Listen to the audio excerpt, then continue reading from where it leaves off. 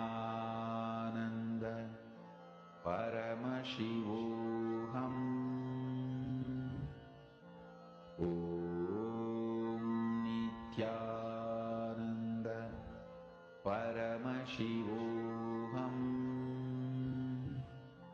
Om Nithyananda Paramashivoham.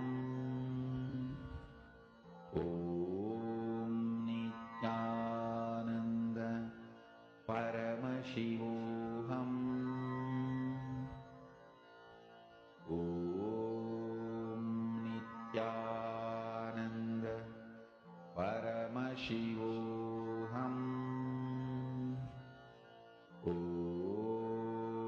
Nithyananda Paramashivoham.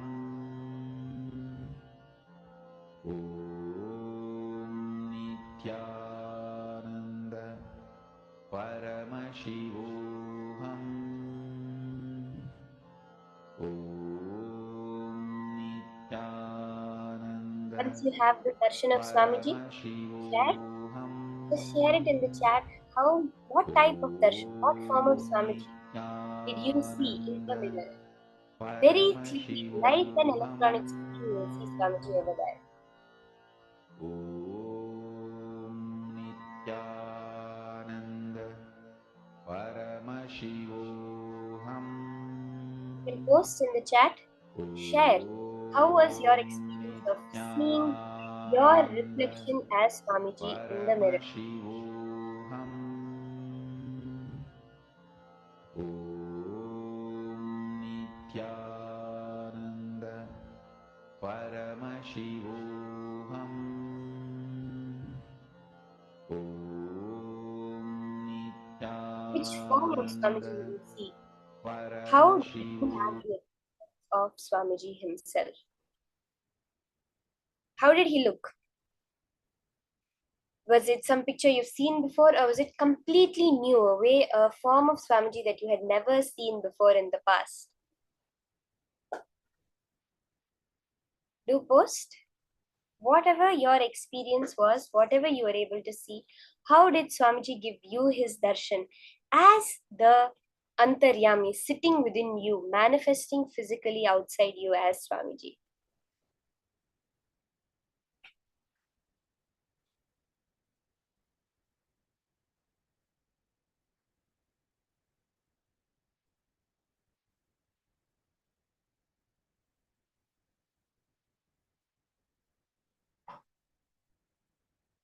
I remember when we started manifesting this power, the first time Swamiji had called us all to Rajya Sabha and made us sit on the stage, one of the main halls, the meditation halls in the Adi Kailasa Birdhi Adhinam. And he gave us these huge granite slabs, and Swamiji told, now start the manifestation. You will clearly have the darshan of Paramashiva, of me in the mirror. So we all started, we were sitting, and at that time we were sitting, and it was like few hours we were sitting there, and nobody was having the darshan yet. So that time, the principal, the teacher over there, she told all of you, you can do third eye reading, right? So at that time, we were all doing the blindfold reading. She told all of you, close your eyes and have the darshan. If you close your eyes, you'll be able to see everything in the Krishna Shila. Somehow that clicked with us, where we say, yes, I can read with my eyes closed. So I closed my eyes, and all of us closed our eyes, and very clearly we had immediately had the darshan of Swamiji. Take whatever cognition clicks with you and manifest it as power manifestation, as having the darshan of Swamiji. It's your own reflection you're seeing. You're not seeing the outer covering of you as this material world. You're seeing the core of you, who you are as Swamiji, when you have his darshan in the mirror.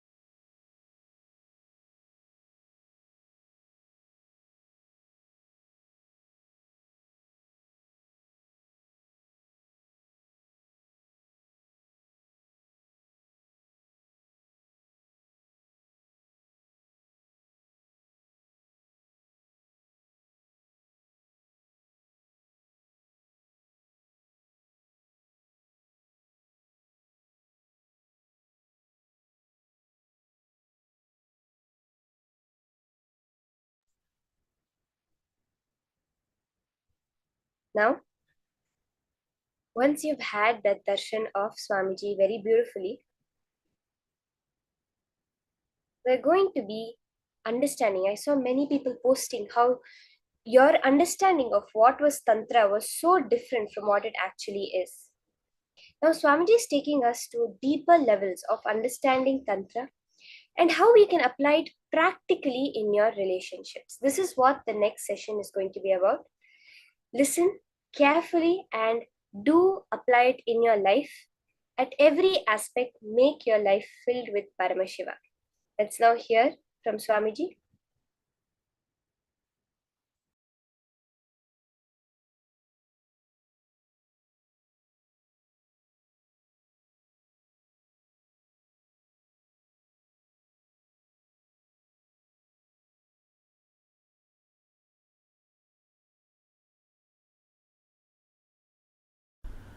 Relationships are the most beautiful, sweetest thing in the life. When Sadashiva declared, "Let me become many and enjoy myself," it means he himself has decided to enjoy the joy of relationships, the ecstasy of relationships.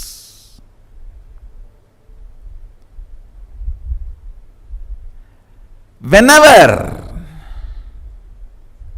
you have a problem, difficulties, bitterness, boredom, tiredness in the relationship, find out something other than the truth. Delusion has entered the relationship.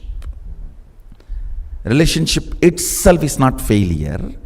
The delusions entered into relationship makes it tired, bored, sickening, suffocating. I was coining and using a new word called sexless intimacy, where you explore the soul of the other person. When you explore the body of the other person, how long you will be exploring the same curves? You will be tired and bored. Husband and wife are the most intimate enemies. Tired and bored, sickening, but tied together.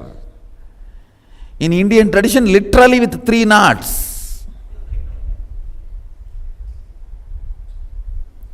If it ends just with exploring of the body, it will be most tiring, sickening, boring relationship. And then you will start looking around to explore various bodies, different bodies. Sometimes you may not even stop with other gender. No, that is where all the perversion starts. Not even other gender, you may not even stop with human beings. Understand? The problem here is, you do not explore the souls. The intimacy need to be extended to explore the other person's being, the soul, the consciousness, the thought currents, memories, the effect thought currents and memories creates in the other person and in you. If the exploring starts little deeper, deeper than the skin, deeper than the color of the skin. If exploring goes little deeper than the skin to the level of thought currents, memories, taste, interests, then deeper than that, conscious journey together towards the higher possibilities, enlightenment, power manifestation, Sadashivatva.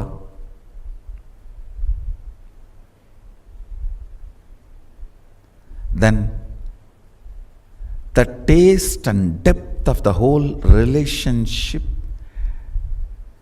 goes to the next level. Understand, when you are sick, tired, bored in relationships, try to look where the delusion has entered, exploring just the curves of the body. Alone is not relationship. If you stop there, I should call that as delusion. I should call that as non-involvement. I should call that as life negative.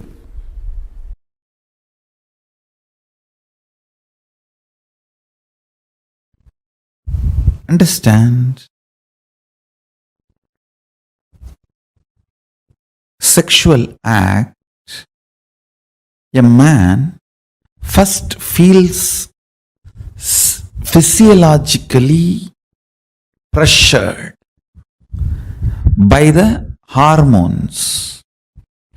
So physiology sends the signals to body, physical structure.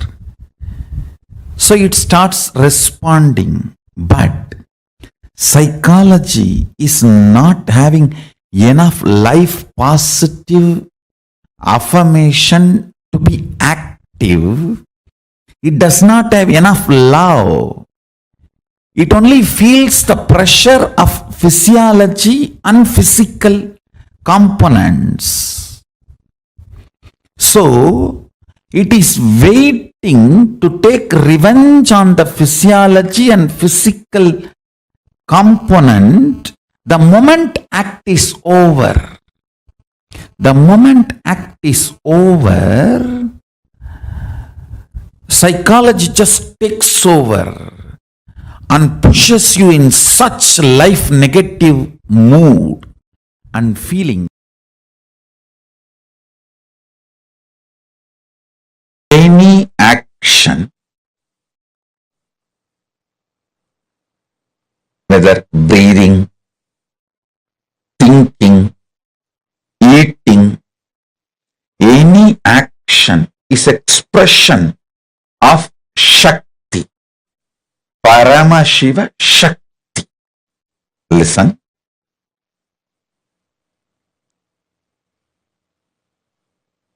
Shakti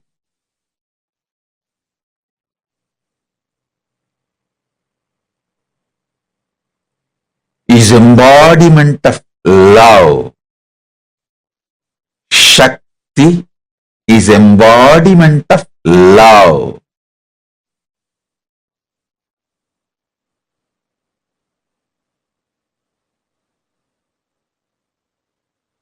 Realizing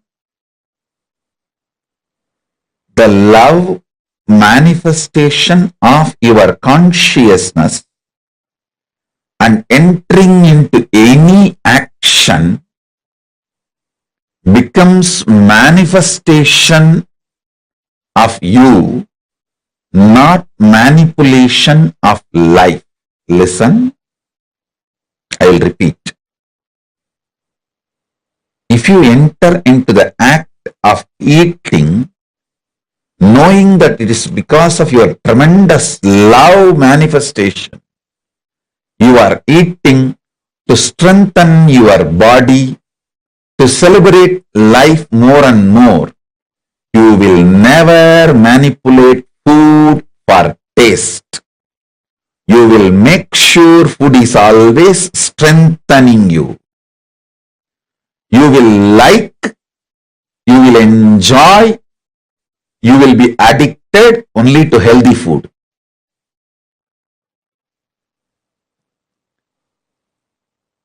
Same principle, apply it to music, to visions, visuals, to smell, to touch, and to sex. The same principle. Be very clear. World is created to empower you, to make you manifest the ultimate, not for you to manipulate. Listen, world is created for you to manifest Paramashiva, not to manipulate the world. In every level, celebrating the core love is Tantra.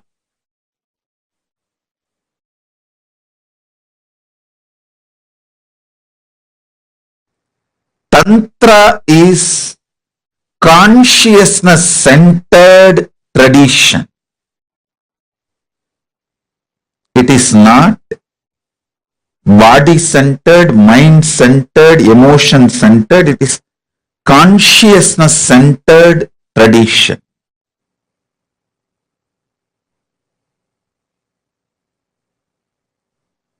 The Mooladhara Chakra, symbolic conscious representation of the sex energy, is described with the 4 petals, lotus. 4-petal lotus.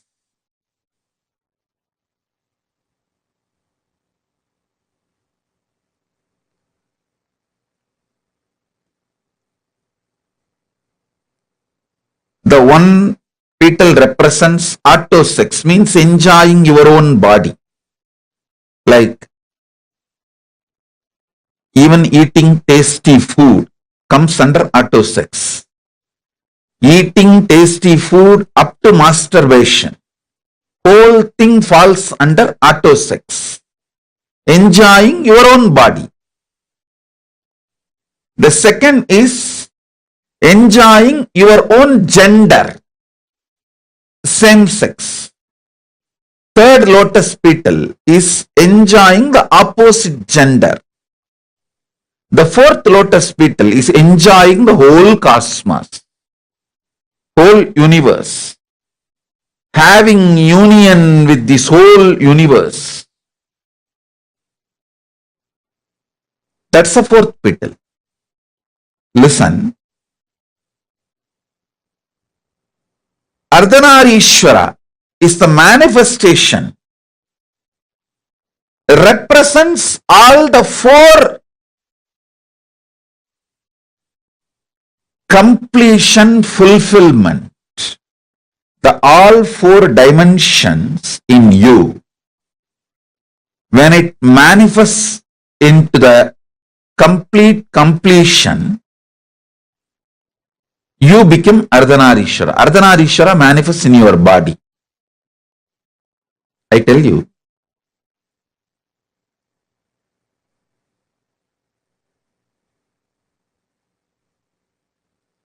Most powerful sexual energy is radiated by the kids who are taught from young age to connect with Krishna or Muruga.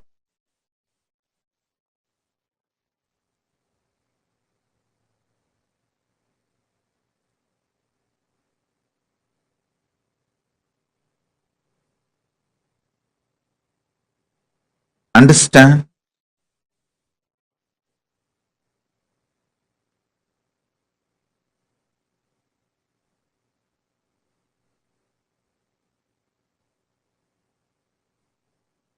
In Hindu tradition, if you are born from Vaishnavite family, in the young age itself,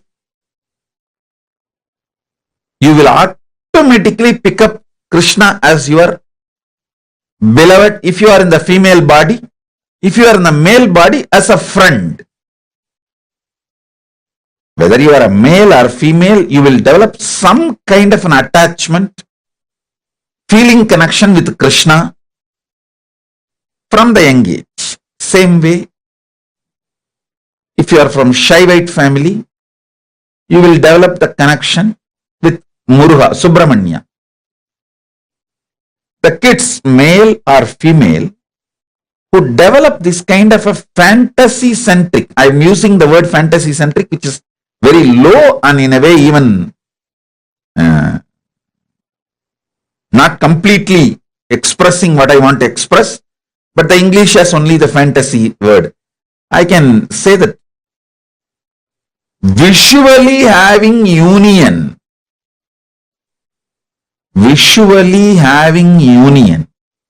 with Krishna or Muruga, even intimate friendship,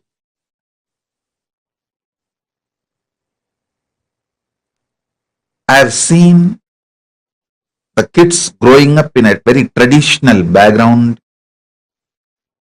how they automatically assume, if you are from Vaishnavite family, automatically the kids assume that Krishna is your beloved or your friend. If you are from Shaivite family, Muruga is your beloved or friend. That is the way flowering of the first dimension of the auto sex happens. Understand? People many times ask this question: is masturbation right? Paramashiva answers this question in Tantra. In masturbation, you don't accumulate new muscle memory, but you accumulate biomemory. So, who you remember, with whom you connect, fantasize, imagine, visualize, and have enter into the masturbation act, you receive that person's biomemory. Listen carefully. The act masturbation itself is not looked from the prism of right or wrong in Tantra. It is looked at profit loss. If you connect with the higher conscious beings, even masturbation, you receive their biomemory. See, when you enter into a physical sexual act, you receive muscle memory, biomemory, bioenergy, all the three from the other person. You should know, even male receive from female and female also receives from male. It is give and take.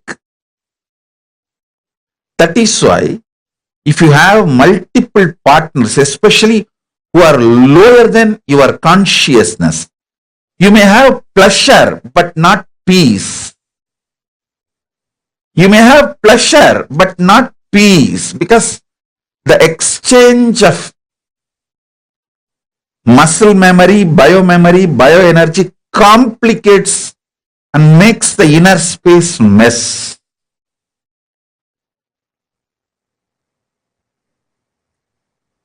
In masturbation act, you don't receive muscle memory,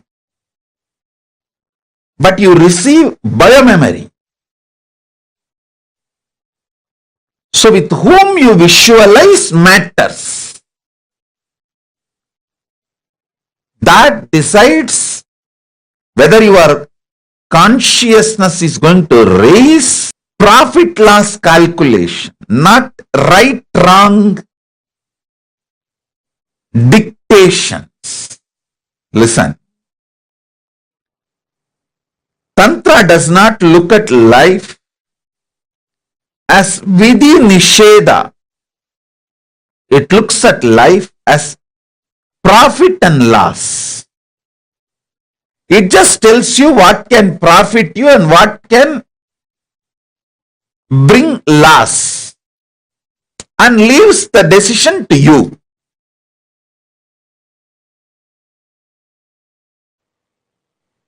many traditions guide you, teach you, ask you to do something and not to do something. But Tantra is a unique tradition. It changes only your conscious perception.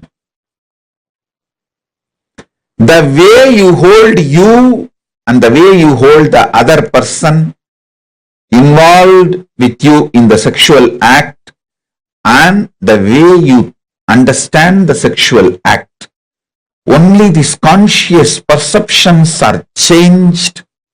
Immediately, the action becomes yoga, path for you to have union with Paramashiva, cosmos. Listen.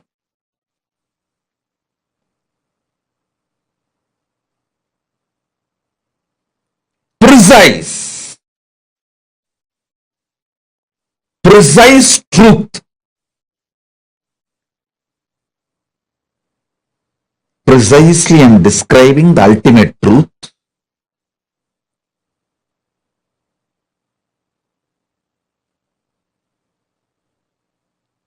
With anything you have yoga, union, that becomes part of you. Whether the food you eat or the music you listen, visuals you see, or the smell you smell, or the touch you enjoy.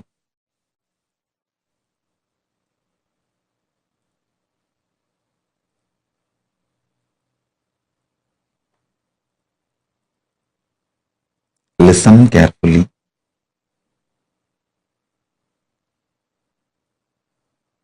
Here I want to tell you one great truth I learned from Arunagiri Yogeshwara.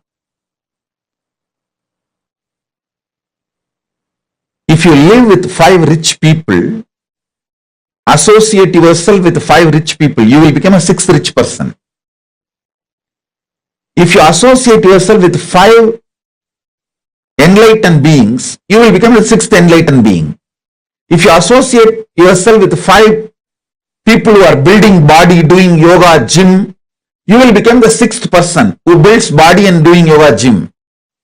If you associate yourself with the 5 fools, you will become the 6th fool. If you associate yourself with the 5 negative people, you will become the 6th negative person. If you associate yourself with the 5 seekers, you will become 6th seeker. Arunagiri Yogeshwara told, this is what is the truth for inside and outside. These 5 senses,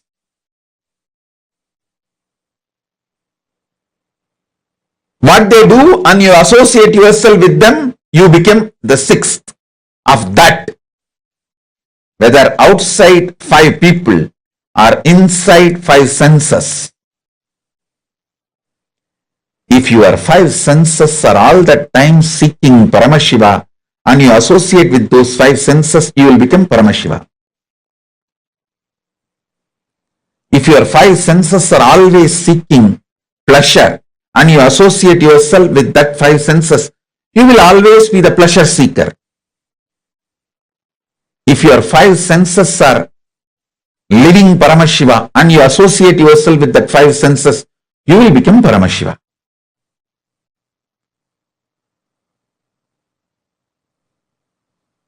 Listen.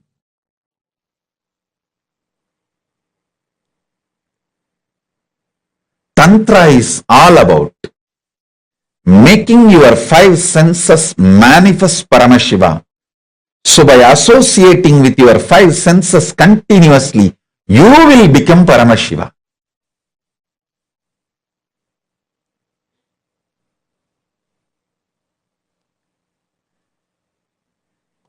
If you associate with yourself with 5 yogis, you will become the 6th yogi.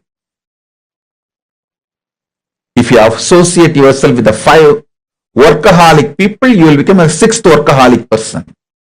If you associate yourself with 5 lazy people, you will become the 6th lazy person. If you associate yourself with 5 retired people, you will become the 6th retired person. If you associate yourself with 5 conscious senses which is manifesting Paramashiva, you will become the 6th person manifesting Paramashiva. This is the foundation of Tantra. This is the foundation of Tantra. Listen.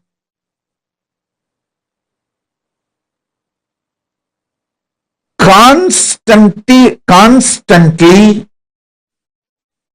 let your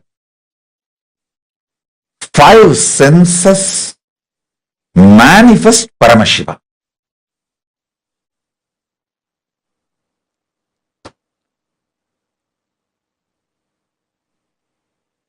Constantly let your 5 senses manifest Paramashiva.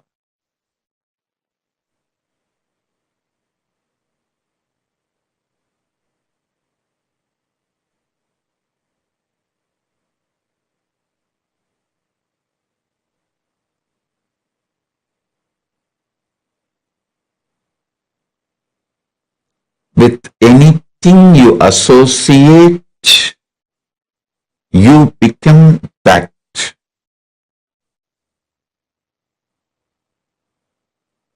The food which is higher conscious, means cooked by higher conscious person, offered to Paramashiva by the higher conscious person and eaten, makes your taste sense higher conscious person. With each sense, the physical touch or the intimacy or relationship with the higher conscious person makes you higher conscious. This applies to all 5 senses. Now listen. The music, poetry created by higher conscious being, when you consume that, you reach the same higher consciousness. With this understanding, look at the whole life. Many times, naturally, you will not get a higher conscious person to touch or the experience the nearness. For that, Paramashiva gives the solution. For the time being, you and your partner can raise yourself to higher consciousness through the powerful cognitions about yourself and about the other person, about the sexual act. Then enter into the act. That is what is called tantric sex, tantric relationship. Elaborately, Paramashiva explains multiple tantric rituals to manifest various powers. Various powers, third eye power, so many other powers. Usually, I can say, I am trying to generalize and give you the basic understanding. Usually, in tantric rituals, all the 5 senses are involved, and it is not like a wild as it is projected to you by the modern day racist narrators, the racist people who narrate Hinduism have abused Agora and Tantra Sampradayas. They have beaten it and killed it.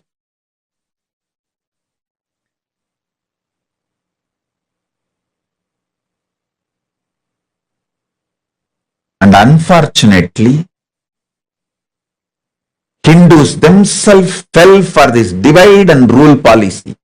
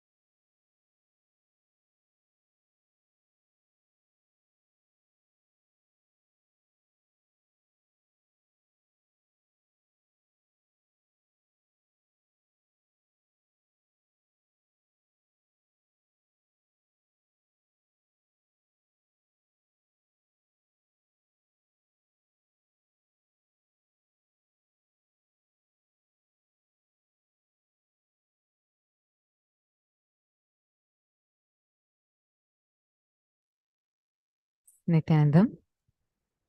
Nithyanandam. Did all of us understand and click with these phenomenal revelations from Swamiji? Oh my God.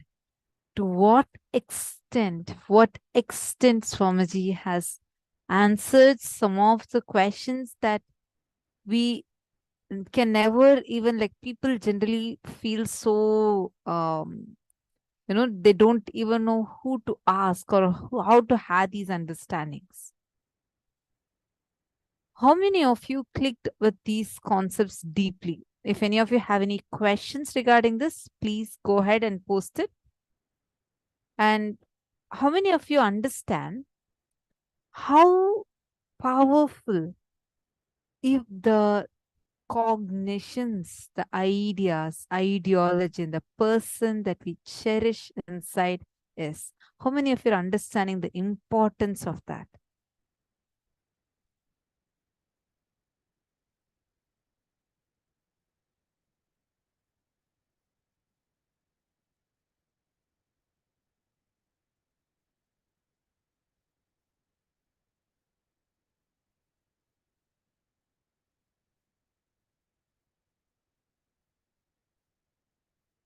Can all of you take a few minutes and share? How many of you clicked with this? What Swamiji just revealed? Come on, Nithyanandam.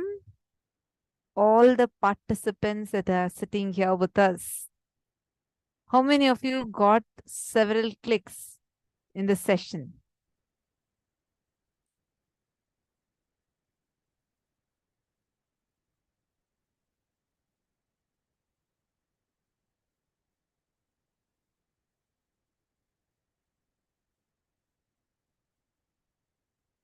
Machetna is saying she's able to click with it. Christine Jones. Ma Stephanie, Ma Susan, Rainy.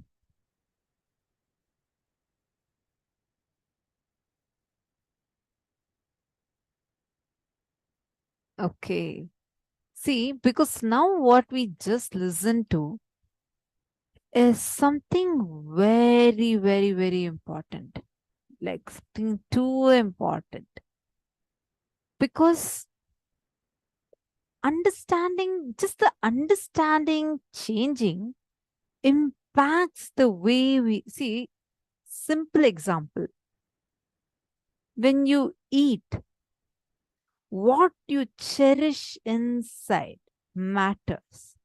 When you eat, let's say you're enjoying your food, and if you watch any violent movie while you're eating, understand it directly goes into your biomemory. How many of you are understanding this? It goes into your biomemory.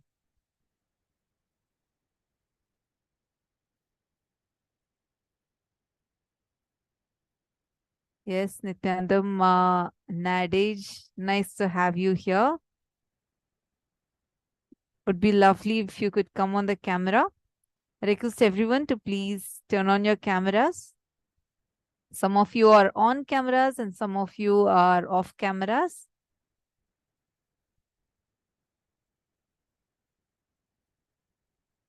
Actually, Marine, there are many similarities between the Hindu tradition and many other ancient civilizations, because Sanatana Hindu Dharma was spread in 56 nations. So you will find traces of this in multiple traditions, multiple civilizations.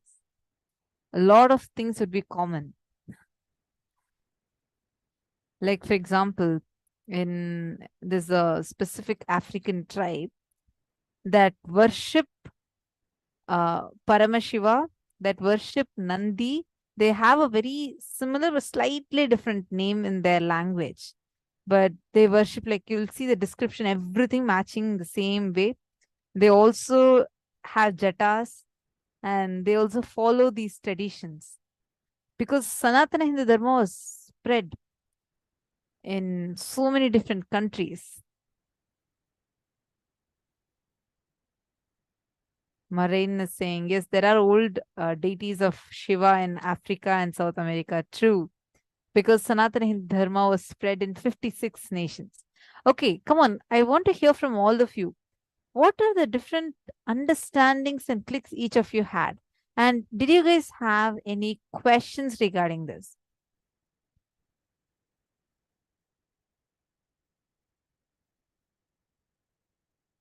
Please take a few minutes and post your clicks, your understandings, and if you have had any questions, feel free to ask. See, understand the subject that we are learning about, see, whether it applies in all areas of our senses. If we are able to integrate our senses to Paramashiva,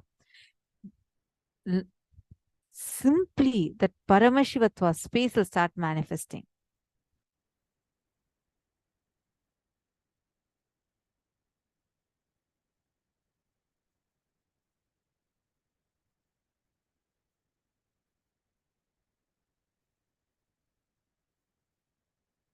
All the male participants, if you all have any questions also, you all can feel free to post it in the group, the Paramashivoham Facebook group. See, now let's just take a few minutes to internalize this. Look in, just write down in what all ways you're able to see this, in which dimensions. Simple thing. Just when you eat, the cognitions you cherish matters. When you do yoga, especially when you do yoga, why do you think we have very specific visualizations for each asana? Because when you are bending your body, doing the yoga, and especially when you do the Nithyananda yoga, your kundalini is raised such high, and your whole body gets into that integrity with the cosmic geometry. And whatever ideas and cognitions you cherish will directly enter into your biomemory. If you want to change the way you appear, you want to change how your body is looking, during yoga, just before yoga, if you can consciously visualize and take the sankalpa and do the yoga, you will see beautifully your body will align to that. Same way. Madharananda saying, yes, I wonder why.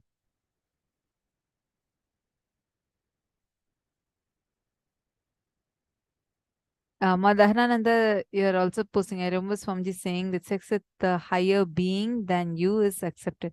See, it's not about acceptance or rejection. It is about profit or loss. Like how Swamiji explained. Whether, I'm going to take an example with food.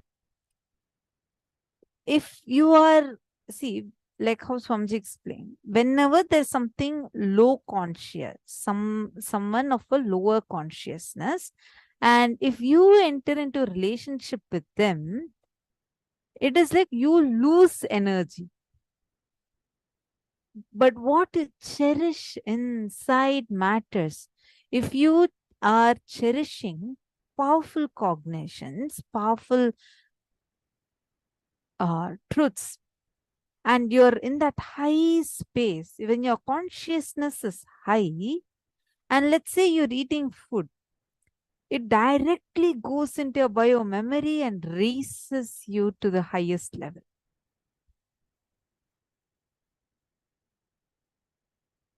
Understand the profit loss. If you just cognize this, same thing with music.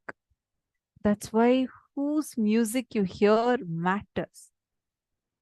If you see during the darshan, the musics that you hear is the same music you are hearing without the darshan being there. And if that's not the, see, there are some actually now, like whatever darshan songs that we are listening to these days, all of these are kirtans. So the kirtans are itself sung with deep oneness, continuously remembering with the devotion spaces, Swamiji. So automatically when you listen to the kirtans, you're automatically put into the space of devotion. Are you all understanding? Same way, when you are hearing some other singer, let's say someone very depressed and that person is singing, even if the voice is very nice, if that person, if the singer was singing from a very depressed, low level consciousness, irrespective of the words, just hearing it, you would be pulled to the same.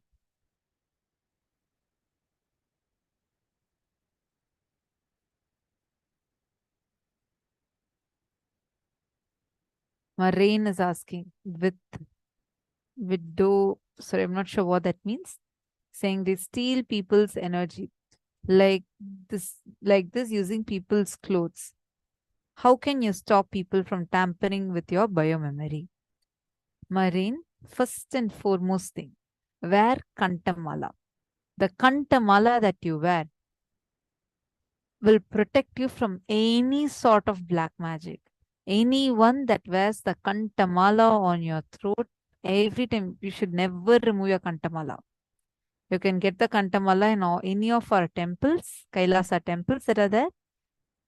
The kantamala will protect you from any sort of black magic. No black magic will be able to even touch you as long as you wear the kantamala on your neck. Second, whenever, see, your strong feeling connection with Guru is the protection, kavacha. It is the shield, the protecting shield from all negative energy. Not just black magic, what people try to do on you, but even the planetary influence that the planets can have over you will just become irrelevant, redundant, because they will have no more effect on you. The power of Guru Bhakti is such that nothing, no negative energy can even pull you down.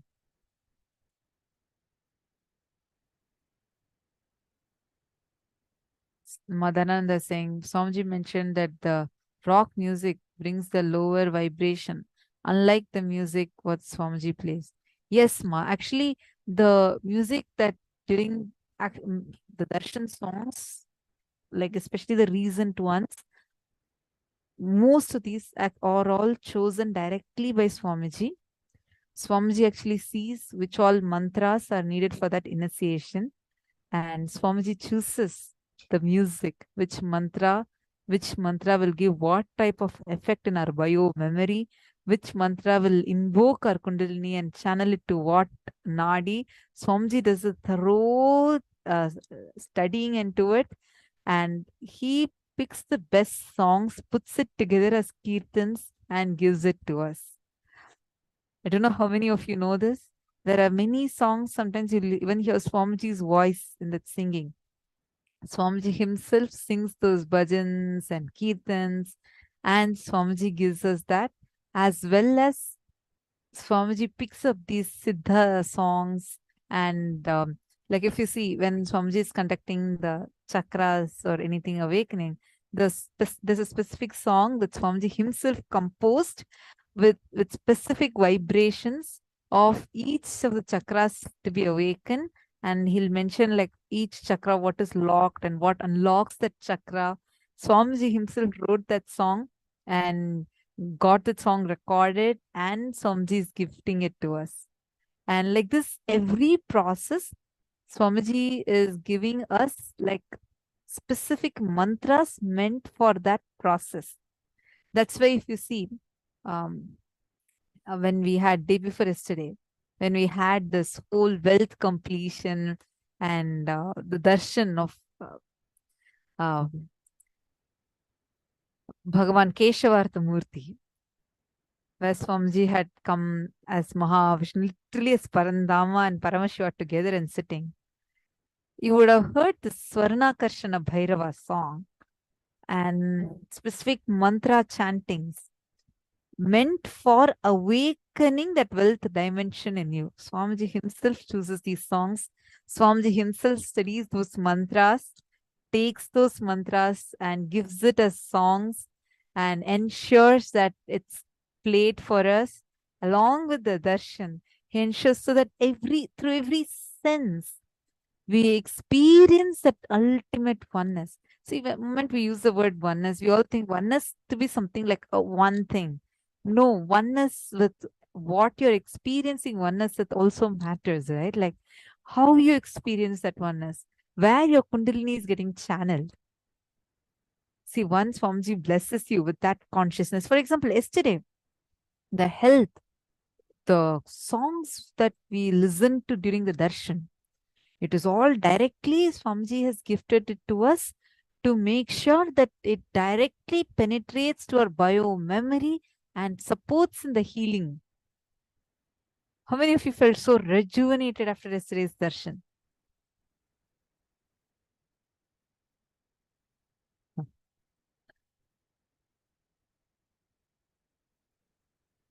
Ma Sonia Rao was asking, what are the Kantamala powers versus the Atmalinga powers?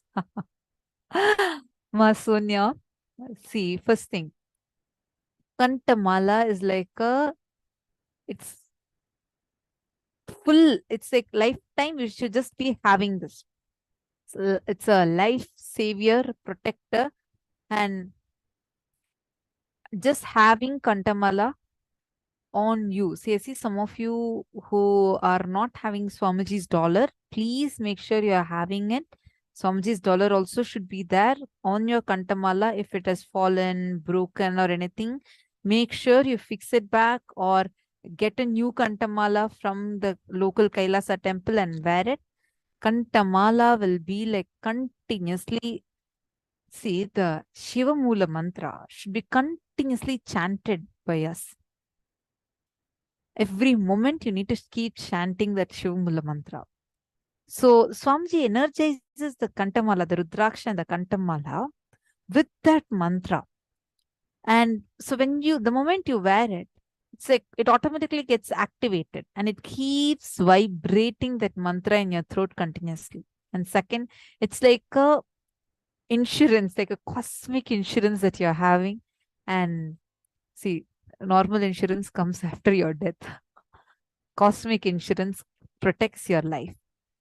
It makes sure that nothing happens to you. No kind of negativity can even touch you.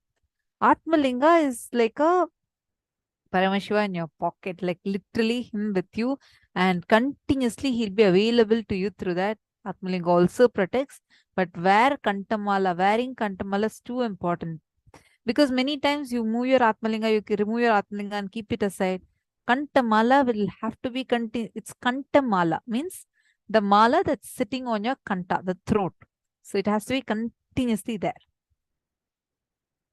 Got it, ma?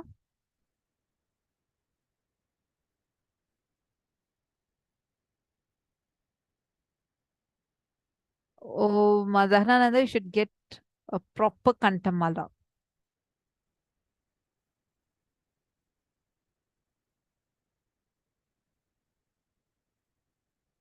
Okay.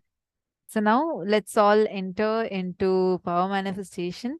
I hope all of us understood. If at all anyone else has any questions, feel free to ask. And if you all are clear, then we can enter into the power manifestation.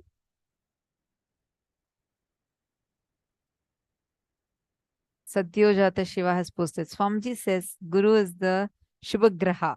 He drags and runs all grahas, making it happen. This is why negative planet influence and doshas are protected from us.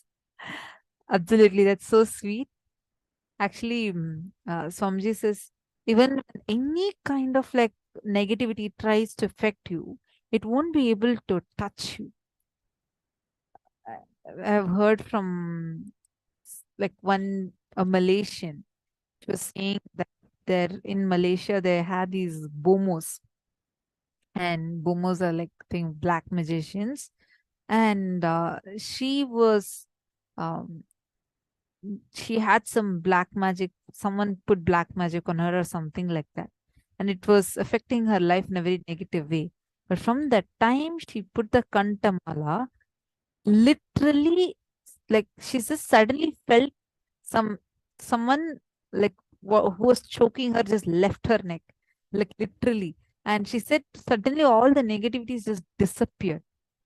Because really, Swamiji will be there with you, continuously with you.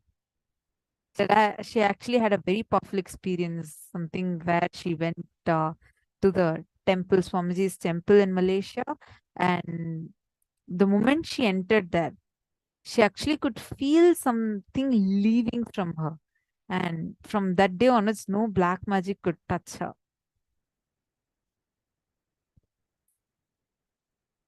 Where can I get a proper Kantamala, Ma Dhanananda? Whichever place you're living in, Ma, locate the closest Kailasa temple and you can go and get it from there. Let's enter into the power manifestation session.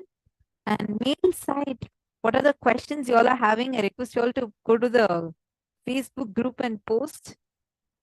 Please go to the Paramashivam Facebook group and post. All right, now let's do a quick round of power manifestation. I see all of you are enjoying the power of remote vision, and many of you have manifested the Krista Shila power. Now, we're actually going to do the next level, where we're going to see a particular place in the mirror. That's the next power that we are going to be entering into. Are you all ready? See, now, seeing a particular place in the mirror, meaning be having this is only for the people that have the energized mirrors. If you don't have an energized mirror, if you don't have Aushadha energized or the mirror that was blessed by Swamiji, please do it just through your third eye, because you won't be able to see it with your normal mirror. This needs to have the energized mirror. Today, Swamiji will be giving the darshan.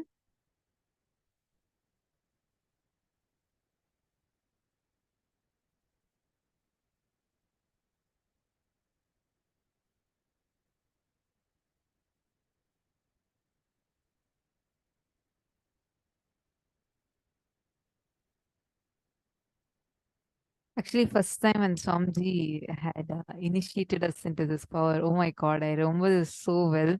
I thought like, will this power manifest for me? And this was in Raj Sabha in Adi Kailash. And I still remember so clearly, Swamiji had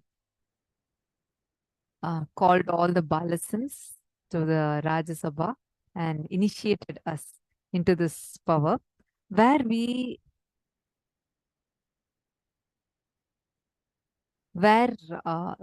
was giving all of us this beetle leaf. And first the power started at giving the initiation, like where we all are to see it in the beetle leaf and scan a particular place. I was thinking, Swamiji said that all the kids who are doing the third eye, seeing through your third eye already, you'll be able to see this fastest. I thought, okay, maybe I may not manifest this power. And I felt like, okay, let me just not try it. And then I left it. And a few minutes later, Swamiji was sitting on the stage. We all were like, Swamiji was on the stage and we all were sitting around Swamiji. And we had this Nithyananda Yogam program participants who had come. So Swamiji called the participants. Swamiji just called all of us and initiated all of us. And after initiating all of us, immediately Swamiji said, come on, now you guys will be able to manifest. And Swamiji got the Nithyananda Yogam participants to sit with us and test us. So I thought I'm not going to do, and I didn't go and get a partner for myself. So I was like, I just went to the back and I sat there, and Swamiji suddenly bent forward and looked at me and said, Kanna, are you not manifesting? Where is your partner? I'm like, okay, Swamiji, I'll get a partner. And then Swamiji was like, no, you will be able to manifest. Just sit and take the beetle leaf you'll and apply Jnana Anjana, you'll just be able to see. And Swamiji blessed me again. And I was like, okay, Swamiji's told me specifically that I can manifest. Then let me just give it a try. And I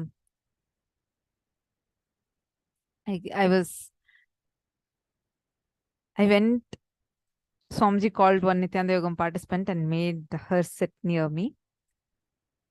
She gave me a place. And I just put Jnana Anjana. And I was looking at Swamiji, and Swamiji's like, you'll be able to do. So that's all. I just felt like, okay, Swamiji told now, it has to happen. So I have no reasons to give myself this excuse. And I just put the Jnana Anjana. And I was just I just looked. She said to scan her house. She gave a specific house, which I had to scan.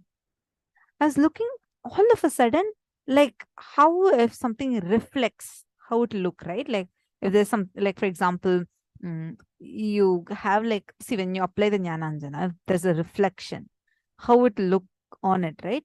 Suddenly like that, I first started seeing some lights, like yellow lights, and there's like a garage kind of a place. I'm looking around, there's nothing like that behind me for it to reflect. I'm moving the leaf and seeing, like if you take a 3D, just visualize it. It was more like, for me, in that beetle leaf became like a portal almost. Like I could actually see within it as I'm moving. It's like I'm moving a camera within, and I started seeing a lot of things inside it.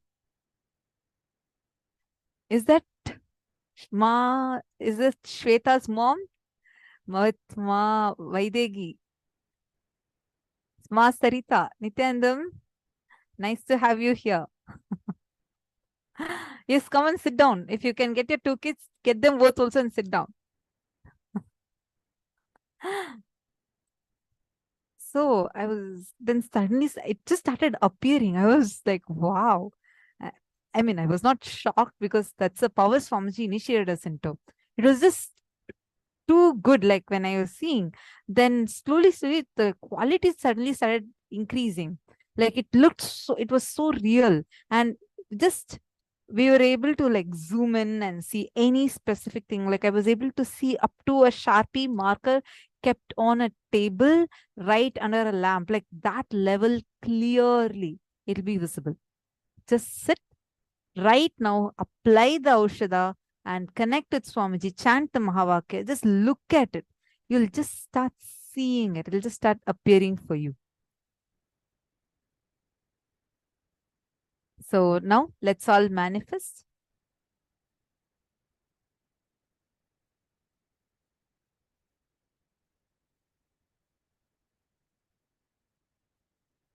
Please sit and start chanting the Mahavakya.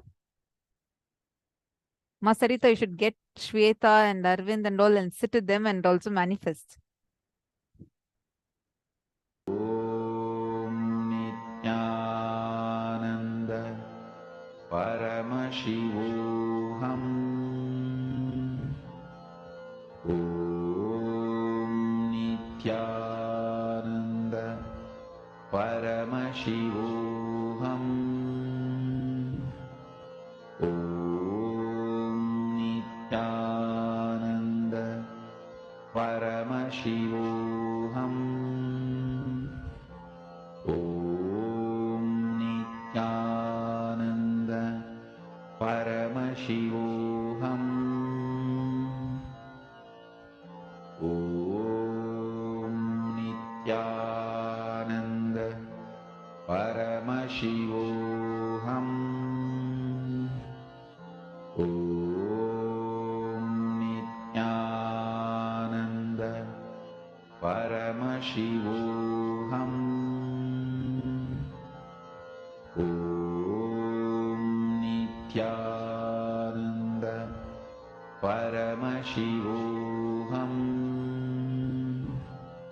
Om Nithyananda Paramashivoham. Om Nithyananda Paramashivoham. Om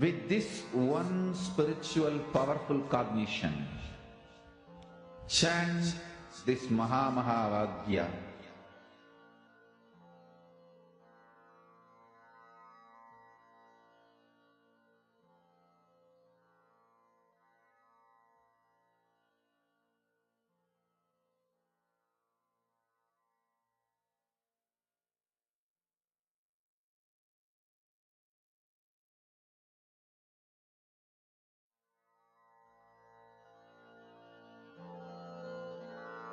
Mahamahavagyā, spiritual lullaby for samadhi, and Suprabhatam, wake up call, wake up song for Paramashiva, for Paramashiva to manifest. With this one spiritual powerful cognition, chant this Mahamahavagyā. Om Nithyananda Paramashivoham. Om Nithyananda Paramashivoham. Om Nithyananda Paramashivoham. Om Nithyananda Paramashivoham. Om Nithyananda Paramashivoham. As all of us are manifesting, see, please understand, by the time you catch and you start manifesting it, right? As you keep manifesting this power of being able to see in the mirror, you will start seeing how your consciousness, your inner space, and your relationship with powers will just start upgrading itself. The way you will be able to manifest, everything will change profoundly. So it's a very, very powerful experience to have. And I request all the participants, every one of you, consciously sit, make it a point for you to be able to see that. Seeing, like Matattva Priya is explaining, can happen in any which ways. It can happen in any methods. It can happen as just, you manifesting, or it can happen as your experience, like, seeing patterns. Sometimes it will happen as seeing shapes, colors, or just trying to see things in the Jnananjana. Whatever you're seeing, that's fine.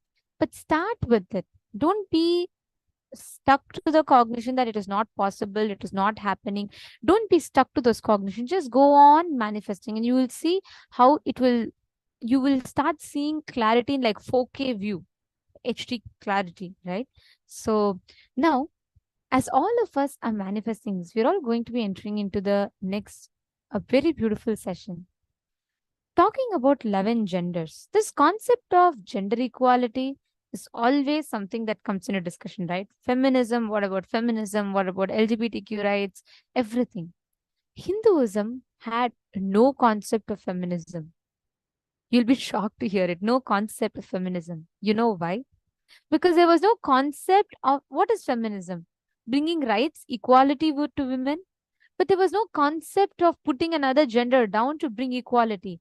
For in Hinduism, there was no concept of one gender being higher and another gender being lower, because gender itself was not a main factor of discussion in our society. Gender, like Swamiji said beautifully, our body is just a cloth for our being. And gender is just another aspect of a cloth. Will you care if your pants or if your shirt's buttons are pink color or blue color? It is not going to matter to you, right? It's just an aspect of your clothes. Just because one button is smaller than the other button is bigger, does that matter to you? No. Same way, every sentient being is treated unique. And every being, a woman, man, a gay, a lesbian, a transgender, bisexual, everyone were treated equally with equal respects. I will not say equally, uniquely, but with respect. Every being was regarded as consciousness. We never discriminated based on gender. That's the most profound attribute of Hinduism. Until invasion started, there was no gender discrimination in Hinduism at all. So let us now listen to Swamiji's revelations on what exactly is, how exactly did the gender equality work in Hinduism? What is controlling mechanism, Making man as just a consumer. By brainwashing him, he is just a body. And the truth, reality that he is a consciousness is being taken away from him. I tell you, when the truth, your consciousness is taken away from you, bull is reduced to bullock. You are castrated to be consumer, just a consumer. Your education castrates you just to be a clerk.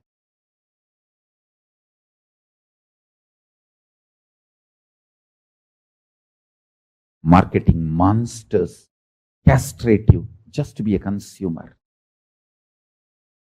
The sex-based industries, pornography, actually in the modern day, all the cinema industry and the TV serial, everything is sex-based only. Sex-based entertainment industry castrates you just to be consumer of their entertainment. Actually, it is not even aimed at educating you properly with the right principles of sex. No. Like many of these theme parks all over the world is not designed for kids. It is designed for adult kids. Adults who are still kids mentally. And many of the entertainment theme parks are not designed for kids. They are designed for the adults who are still mentally enjoying their childhood or mentally kids.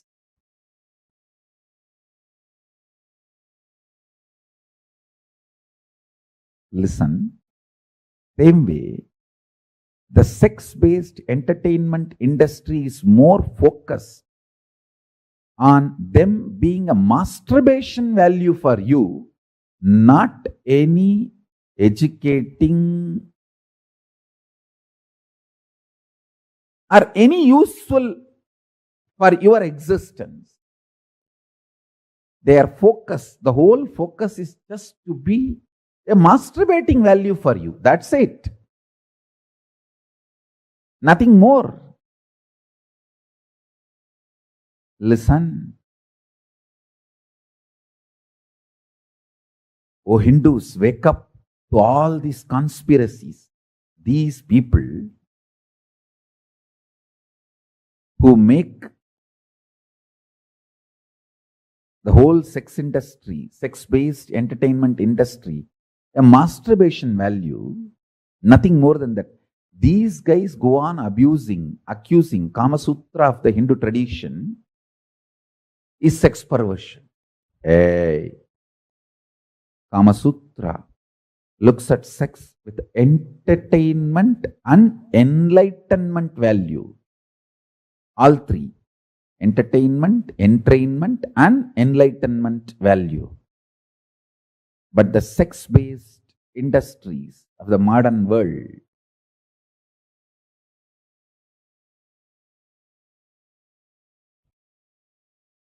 pornography,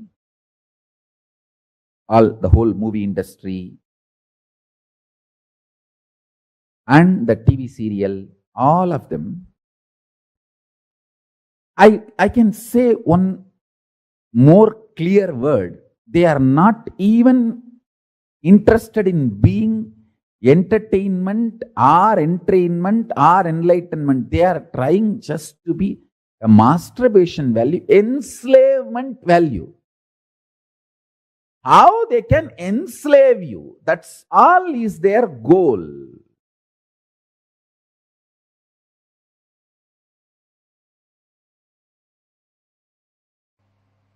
Men always think lust is the biggest suffering. Even a womanizer knows lust is the biggest suffering. But I tell you, it is not lust. It is the ideas of male, female, and the suppression you carry in your muscle. That is the real suffering.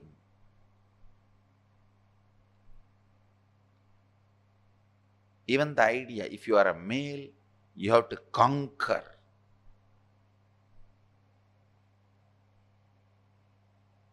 Most of the womanizers not even have so many women in their life for pleasure, because after some time they realize the pleasure does not get generated by constantly changing the external partners. Every womanizer realizes, but it is like a conquering. That stupid idea, if you are a male, you have to conquer, goes on torturing you, goes on punishing you, goes on putting your life in deeper and deeper hells.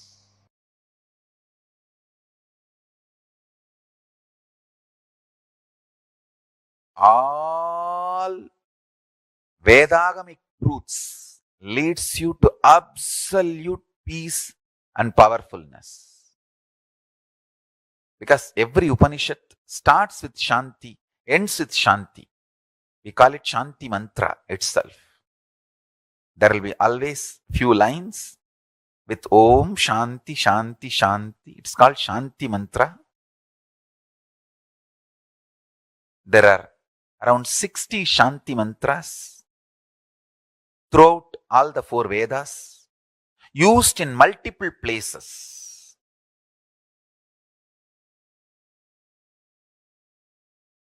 Every Upanishad will start only with Shanti mantra and end only with Shanti mantra.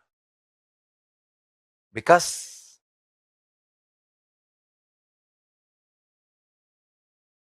the pure peace-based powerfulness-based peace is a breeding ground for Paramashiva to manifest. That is why from the time immemorial, our masters always went to forest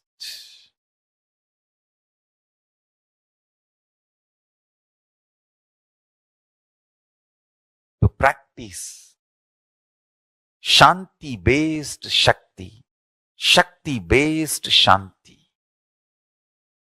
There are 4 basic fundamental animalistic patterns: hunger, anger, extreme violence-based sex, sex-based violence. The mess up of violence being delusively considered as sex and sex being delusively understood as violence. These are the 4 patterns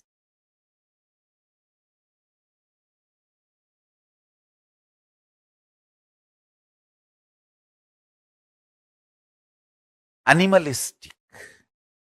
Detox yourself from that. You can see funny thing.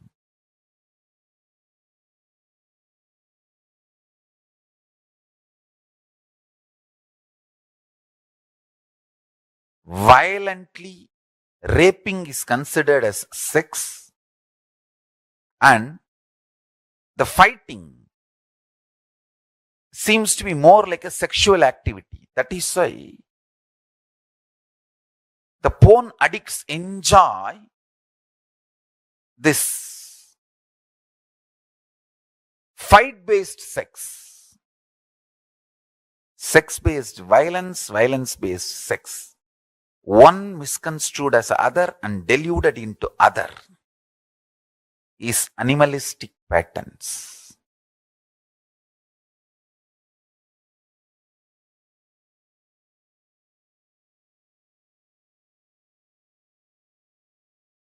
Hunger, anger, confused, deluded violence, confused, deluded sex. This four is the animalistic patterns. Detox yourself. If you detox yourself from this four, you grow that Shanti, Paramashanta Swarupa, and you manifest. Paramashanta, and you manifest. Paramashivatva. Nothing can be compared to the strength of the peace you have grown inside. The quality of the peace-based powerfulness is called maturity as per the Vedic tradition. Aging is not maturity in Vedic tradition. The Paramashanta which grows in you is maturity in Vedic tradition. Paramashanta Swarupa. Meditate on Paramashiva. Connect with Paramashiva. Prabhu, I know you are an eternal Paramashanta Swarupa. Please manifest in that space, in that state in me. That is what I call Mukti-based Bhakti. Devotion centered on liberation. Liberation centered on devotion. Enlightenment centered on devotion. Devotion centered on enlightenment.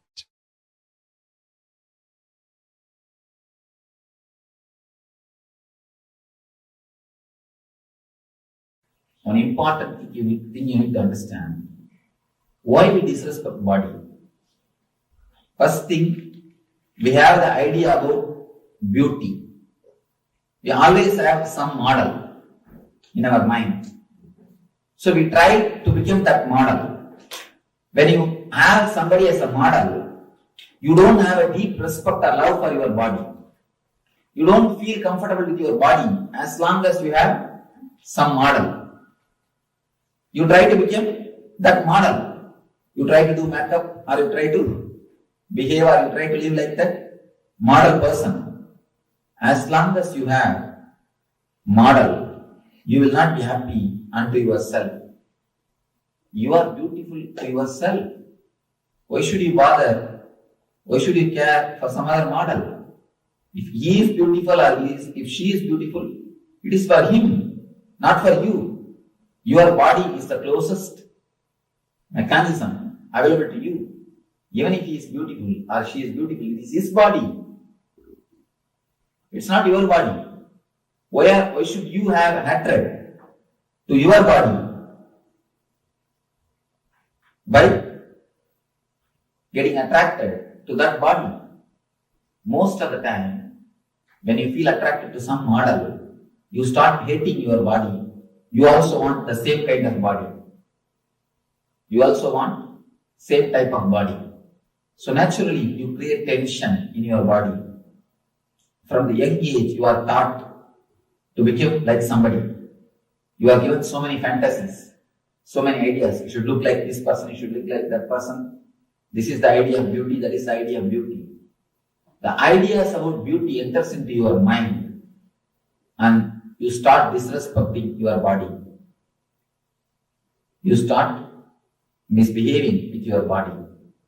The moment you think, you feel somebody else is beautiful, you want to become like him or like her. Avoid and drop the ideas somebody is beautiful and somebody is not. You are enough unto yourself. You are enough unto yourself. You are beautiful for yourself. Why should you bother somebody else's Beauty. Why should you bother about somebody else's body? First thing, feel totally homely with your body.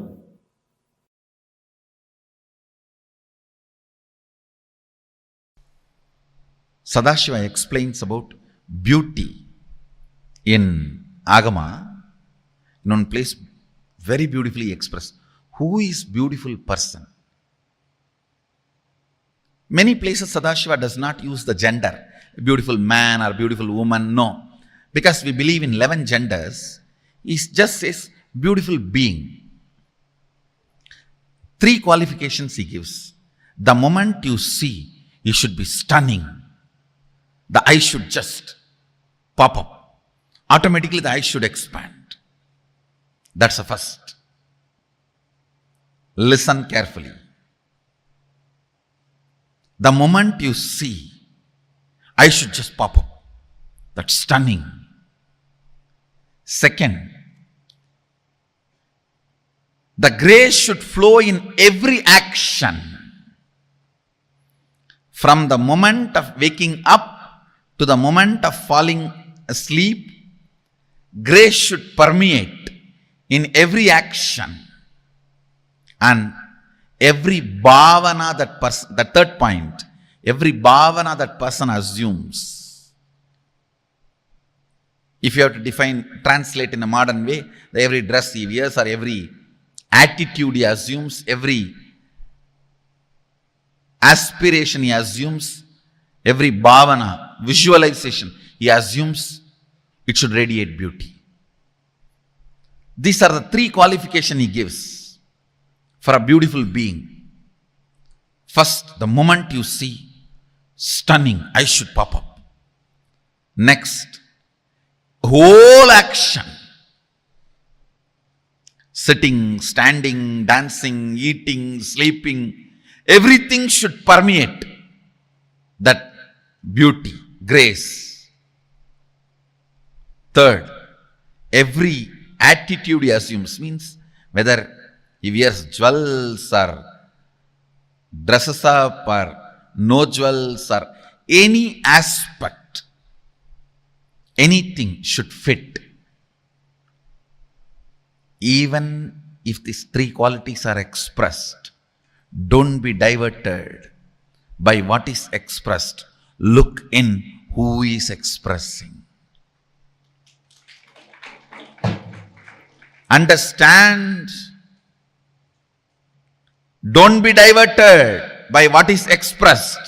Look in who is expressing. When you look in who is expressing, you become Jivan Mukta. Look in who can express this. Look in who is expressing this. Even the most beautiful things, sun and the moon and the nature and the ocean, the hill, amazing, beautiful beings, powers, best visualizations, extreme beauty of flowing Ganga, extraordinary beauty of standing Himalayas, whatever. All these visualizations, all these forms, don't be diverted by what is shown, but see who is showing. Understand? The world, my world. For example, you see a mountain. Mountain is the world, and that peace or a mood it creates in you is my world. Whether in the world or my world, don't be distracted by what is seen and perceived. See who is perceiving in the my world. You will achieve the Atman. You will achieve the super consciousness. See who is showing all this, you will achieve the Sadashivatva. Whether in the world you see who is showing this, or my world you see who is perceiving this, you will achieve Sadashivatva. You will achieve the ultimate. You will achieve the Shivoham Anubhuti. You will achieve the Atmajnana. You will achieve the Brahmajnana. You will achieve the ultimate enlightenment. In both, enjoy both. Don't be distracted by it. Enjoy powerfully, but know it. The source is what matters, not the experience. Source is what matters, not the superficial. Source matters, not the superficial. Always put your attention on the source. If you are putting your attention on superficial, both your eyes will enjoy. If you are putting the attention on the source, your third eye will enjoy. Your third eye will be awakened. That will enjoy. External or internal, let your third eye enjoy always. Understand? Still I have not seen any modern day beautician or the people who work on these beauty industries explain beauty in such a precise way like Sadashiva. What a definition. After defining, he says, look at the source who is showing. Because that is too beautiful, which cannot be described. If the expression itself is this beautiful, then how the experience will be?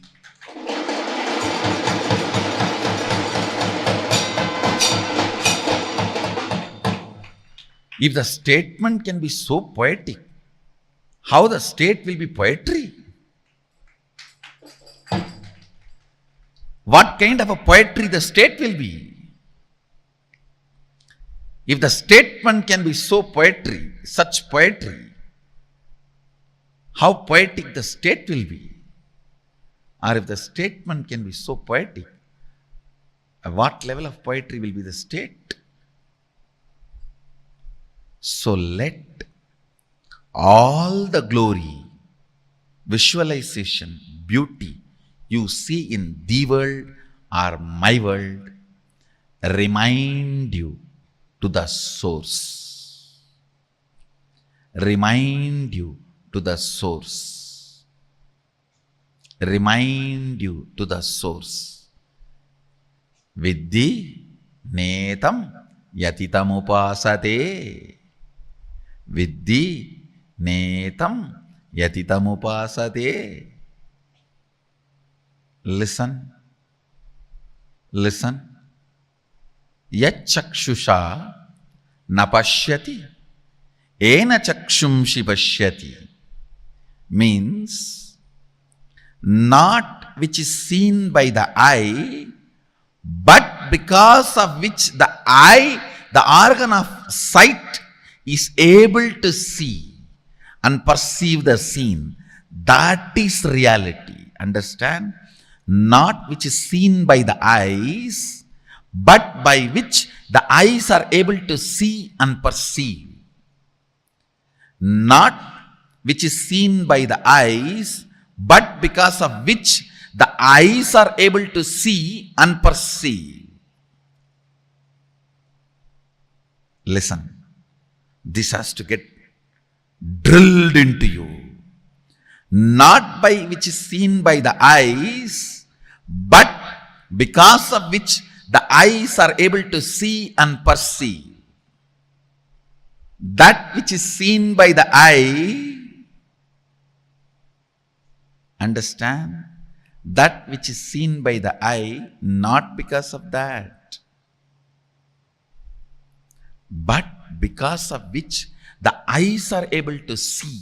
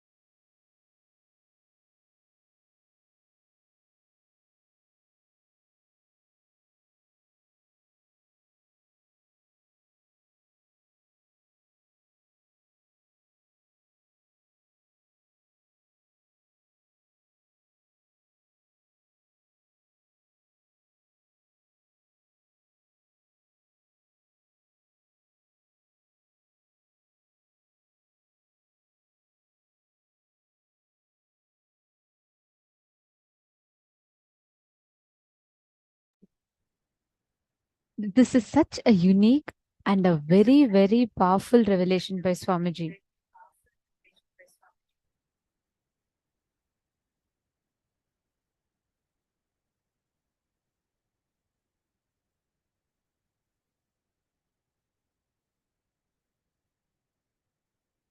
How many times have all of you related to this point where Swamiji revealed one of the key truths in this? The feeling that I am not enough unto myself.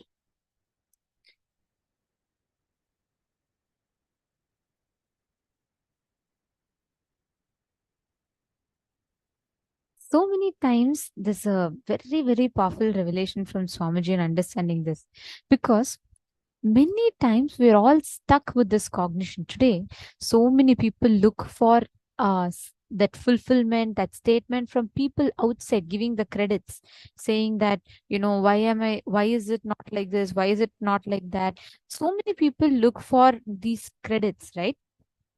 The way they understand, the way they look for it. There's a very beautiful explanation by, there's a very beautiful experiment that was conducted by, I think, Stanford University or California University. One of these universities conducted a very powerful experiment. It's a real thing that happened. So what they did is they picked a random person and they informed everyone in the family other than the person who was getting the experiment done. So it's just like in a normal day, the man normally wakes up to go for his office. Moment he comes out, right? The wife looks at him and says, honey, are you all right? I see you're a little sick. Are you fine? This man is surprised. He says, what? No, I'm perfectly, I'm healthy and I'm very normal. Then, as he goes by, the daughter, the children ask the wife, "You all right? Very, you look a little tired today. Are you good? Are you doing?" He's surprised. He's like, what are you guys talking?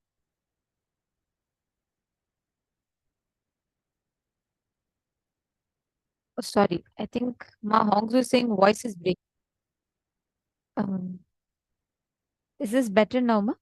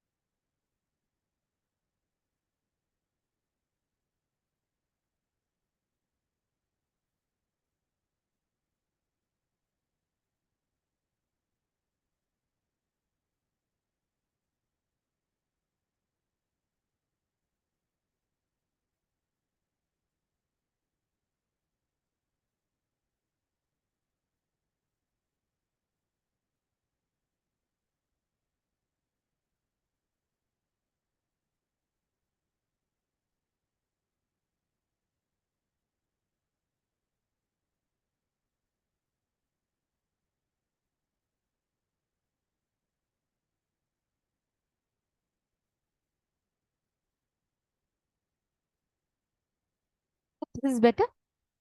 Is this better now? Yes. Okay.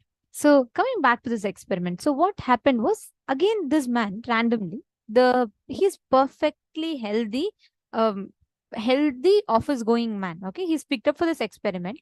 The children next go to him and say, Dad, are you all right? You look very tired. You look very sick. Are you fine? By now, this man is like, he's a little confused, but not yet influenced much. So he looks at the children and he says, no, I'm fine. What's up? I'm all right. I'm doing great. Then he goes to his office. He has his breakfast and he leaves to his office. And the security guard at the house, he says, Sir, are you all right? You look a little sick. Are you doing okay? By now, this man starts getting a doubt. He starts thinking about it. He still says, it's okay. I'm right. I'm all right. I'm all right. And he travels to his office. By the time he goes to his office, he actually starts doubting, am I really sick? Am I really sick? Am I doing okay or not? And he goes to the office. In the office, the receptionist looks at him and says, Sir, are you doing okay? You don't at all look fine to me. I think you really need some rest. It's okay. You can maybe, do some arrangement, but you really need some rest. By now, his doubt becomes his belief. By the time he reaches his office desk, he starts believing that he is sick. He actually cannot work anymore. And he goes to his boss. He says, Boss, I don't think I'm doing good. I need a break. And the boss also says, yes, you look very sick and you're not doing good. Please go home and take rest. By the time he comes back home from office, he's actually sick with fever. This was not one. This was conducted to 5 random people in 5 different occasions, 5 different times, in different events. All 5 had the same response. Understand why I'm telling this? Constantly, we all take credits from life. To live, our fuel for life is based on what others tells us. If someone tells you you're good, you collect it. Someone tells you you're a best mother, you collect that card. Someone tells you you're a best daughter, you collect that card. A best wife, best sister, you collect all of these cards and you make the card. Have you all seen that castle which is made of cards? Right? It's just built one on top of the other, delicately standing. Like that, each of us build cards based on these cards of opinions. If people tell you're beautiful, you take that card. People tell you're creative, you take that card. People tell you're the best mother, you take that card. You're the best wife, you're the best daughter, you're the best you're the best friend, you're the best sister, you're the best person, you're the best manager, a best leader. We collect all these cards and build a castle called our identity. But even if one person pulls out the card, the whole castle collapses. Like the card, right? The moment one person pulls out, the card collapses, the whole castle collapses. That is exactly how we are. We build our identity based on what people tell. People tell me I'm a good singer, so I'm a good singer. People really like my appearance, so I'm beautiful. That is why today so many young kids pick up the gun and go to the extent of doing mass shooting. Why? Why are kids so violent? Look at the most shooters. Almost 97% of these shooters are all teenage kids. Why? What makes a kid so violent that the kid has to go pick up a gun, walk into a school and shoot other children? Why is that happening? Why is it going to such extent? Because we constantly derive our ideas of right, wrong, good, bad based on what the society teaches us, based on continuously what is fed into us. So imagine a child that is growing up, a typical US child that's growing up. What do? They play video games. What does the video games teach? Shoot as many as possible, then you become a hero.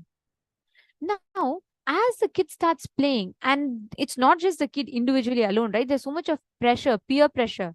Other kids also play video games. So if a kid is not playing video game, he's then bullied, he's like harassed, and it's natural, right?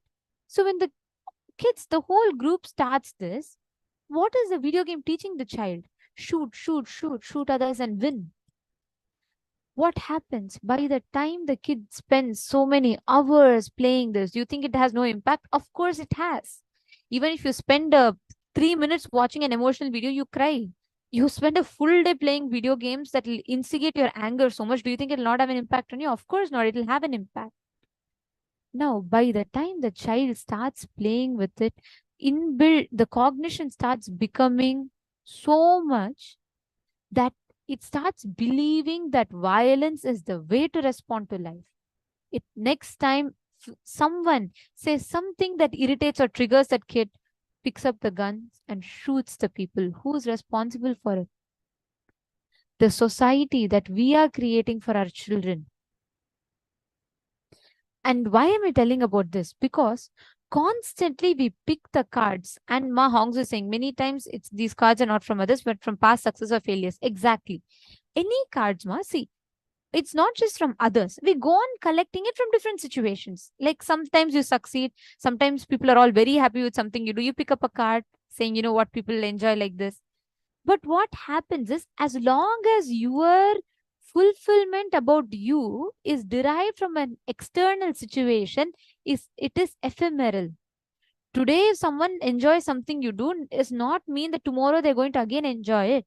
But the moment the first time they enjoy, you pick up the card and you put, people all like me doing this. So what happens next time when you do it and people don't appreciate it? You lose your confidence. Today, this is exactly what affects all of us, whether it's in your office, whether it's your boss, whether it's your spouse, whether it's your children. All of us have this exact same thing we're all stuck with. all of us continuously take the same circle again and again and again. The cards from different people. I need to be good. I need to look beautiful. I need to be the best. I need to be the best leader. I need to do this successfully. And we create, what happens is we create an imaginary castle and we create so much of pressure unto ourselves to live up to those expectations that we set for ourselves. And what happens as you go on by and by, you start you become so fragile, the cards, you become so sensitive that even if one person pulls out the card, the whole thing collapses and you collapse into depression. That is why today so many youngsters, so many people who get into relationship, the moment they have a heartbreak, the concept of heartbreak itself is that the person withdraws a card that they give you. Now what happens? You feel like you lost a part of yourself because you built that part based on others' opinions about you. You should never do that. As long as you feel you are not enough unto yourself, you keep the space open for all the other incompletions to come in based on people's likes, dislikes, moods, wants, and nots. You build yourself and constantly you put yourself through that cycle. Mahongzu is saying, Susan Solanter is saying, many of these young shooters are taking strong medications. Absolutely. This is the reason. Every one of us constantly fall into this whole mess. Today, kids are becoming so violent because as a society, that is the only option we give them. That's what we teach them. Nithyananda Ma, Dhvanita Gadiali. Nithyananda Ma, nice to see you here. I'm not seeing your video is not very clear, Ma. Is it possible? I think it's quite late in the night for you, no? If you could just add a little bit more light, Ma.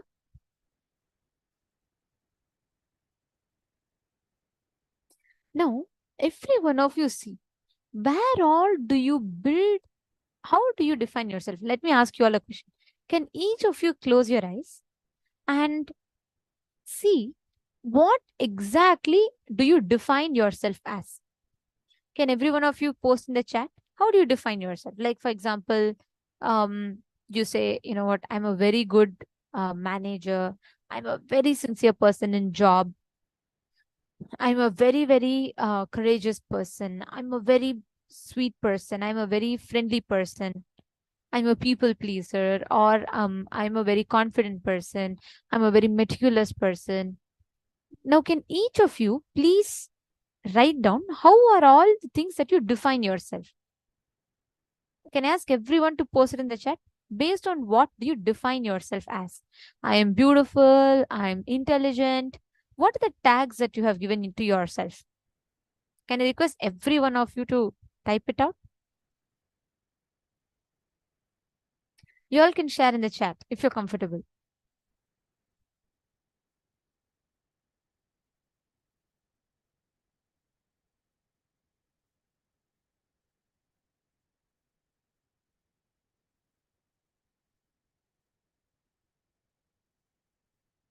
All the tags that you give to yourself, please just type it out.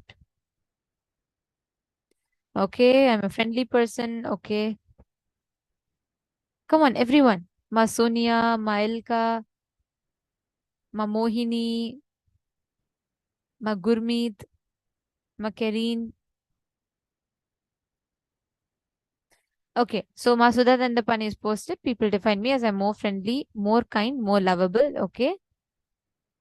How do you define yourself? How do you define yourself?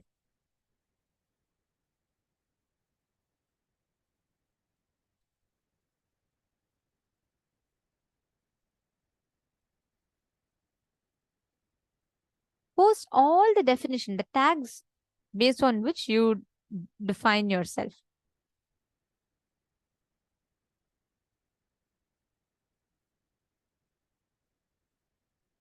Ma Chingho, Ma Saroj, come on, every one of you. Ma Wei Huang, Ma Naresha.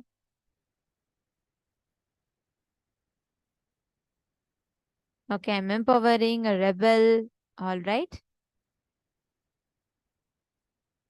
Curious, adventurous, spiritual, friendly person.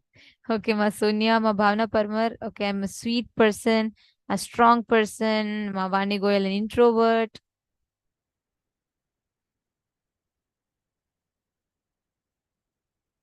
I'm a good person, good friend, kid, and loving and giving. Okay. Okay. Now, I'll ask every one of you one question. Okay. Based on what have you derived these definitions? Actually, Masuda and Pani, when you posted itself, you put people tell you are this, so you feel you're that. That itself shows, see, you are already building your identity based on the cards people have given you. Now, if another person gives you a different card, the cards based on which you built yourself will collapse. Then you will collapse into depression. See, the moment all of you just revisit the tags you have put for yourself. I'm good, I'm caring, I'm loving. Just see how many of these are from the cards that others gave you. Like someone would have told you and you put these cards on yourself. Because someone tells you you're loving, you feel you're a loving person. Because someone tells you you're very kind, you feel you're a very kind person. Each of you, I request every one of you to look back. Ma Bhavana Parmar is saying it's based on the feedback compliments. Exactly. Understand, I'm not saying you should deny or reject people's feedbacks, but the problem is not that the feedback, as long as you keep the feedbacks as feedbacks, it's good. Okay, nice. You're happy with me. I'm good. But the problem does not end. You take their feedbacks and build an identity. It is like you have a huge billboard and you're standing with the billboard saying, I am a loving person against a storm. Constantly what? The billboard will be shaking. Right? That is exactly how all of us are. Just see, even Ma Vani, you may wonder, okay, introvert is not a tag anyone gave me. But see, based on what are you defining yourself as that? Based on what? Some people's definitions that you heard, you picked up the tag and attached it to yourself. Is it not? The moment we take tags from outside and put it onto us, we start defining, and what happens? You confine yourself to only that. You just become that. And now it is very easily like Sudha Dandapani. If someone says, let's say, if 3 people come and tell you, you have suddenly become unfriendly. You used to be nice before. Suddenly I don't feel the same way around you. Will it not affect you? Will it not start telling you, will you not start feeling like, oh my God, is everything all right? And you will start taking that and building. If just it becomes like 5 to 10 people start telling, your whole identity will collapse and you will fall into depression. If people, you don't even need to have people come and tell you you're not friendly. If people stop telling you you're friendly also, you will fall into depression. Am I right? When I say you, I mean all of us. See how many of you have picked up these tags based on the cards that people gave you. Understand, as long as it was given to you, it can be taken back. As long as it can be given to you, it can be taken back. Only if it is something you built, it will be forever with you. If it is only something that you discovered, it can forever be you. If it is given by you, then the person who gave it to you can take it back. It is only like charity. Only when you build it, it is yours. You have the right, you enjoy the freedom of it. And how can you build? You should only build based on the eternal qualities of you. Not based on what people tell you, but aligning yourself to the higher principles of existence. Constantly, again and again, working on becoming your higher versions, the higher existence. That's why Swamiji tells, anything other than the qualities of Paramashiva should not be cherished. Because if you go based on the cards others give you, then you lose, you fall, you collapse the moment others withdraws the cards. And it is temporary. You never get that fulfillment. You start feeling, I am not enough unto myself. That is why in all relationships, we seek so much of approval from our the other people, right? You seek so much of approval from your spouse. You seek so much of approval from people. We go around asking, every one of us carry like a registry. We want people to sign saying, best daughter, best mother. And others also carry the same thing. Others also want autographs from you. You also want autograph from others saying, what? Just sign, say that I'm the best mother. That is how we all live. But as long as you live like this, you will forever be running around so dependent on others. The moment that person changes, what you enjoy changes, you will fall into depression. The only thing is, if you notice Swamiji, whether there were 100 people, like if you see before the whole persecution started, there were millions of people around Swamiji, and Swamiji was like one of the most popular person. He was listed in the Body, Mind, Spirit magazine as 100 most spiritually influential persons. Swamiji was like, he was a celebrated. At that time, how Swamiji held himself. And just overnight, when the persecution started and Swamiji had to face even illegal arrest, how Swamiji was. Both situations, Swamiji never changed the principle of who he was. Because Swamiji never went by, just because there were 100,000 or a million people around Swamiji, or just because there are only 5 people around Swamiji, Swamiji never changed the quality of his existence. Why? Because Swamiji is not living for something on the outside. He is fulfilled unto himself, just to teach us, show us all humanity to see how we can understand. As long as you feel you're empty, you go on, try to fill yourself from outside. You want people to keep giving you the credit so that you can feel full. But only when you realize you are complete unto yourself, you will realize you don't need another half. You feel you need another half because you feel you are half. If you understand your whole, your full, your fulfillment, you will not go and look for the other half. You will be whole, you'll be complete. Only if we understand this one truth, we will stop running behind all the labels that society puts on us, that society dumps into us. The idea of I am enough unto myself. That is why constantly what do? We see a nice actor on the TV, and then we see like, oh God, look how nice her hair is, how nice her dress is. We start trying to adapt ourselves to that. Why? Because we want constantly those credits. Now take a few minutes, each of you write down all the certificates based on which you have built your identity. Take a few minutes. I request everyone to write it down. Write down all the certificates based on which you have built your identity. Please spend a few minutes. We request every one of you to write.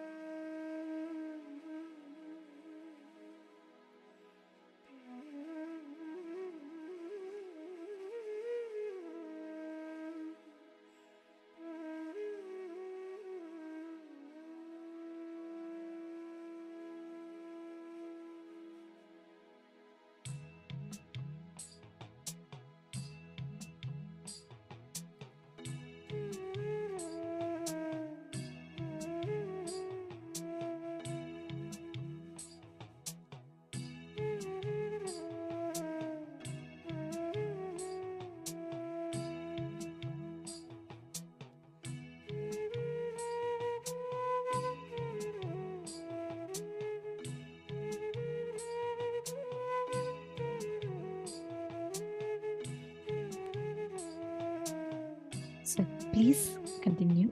And in the same space now, in each of the things that you have written down, see and identify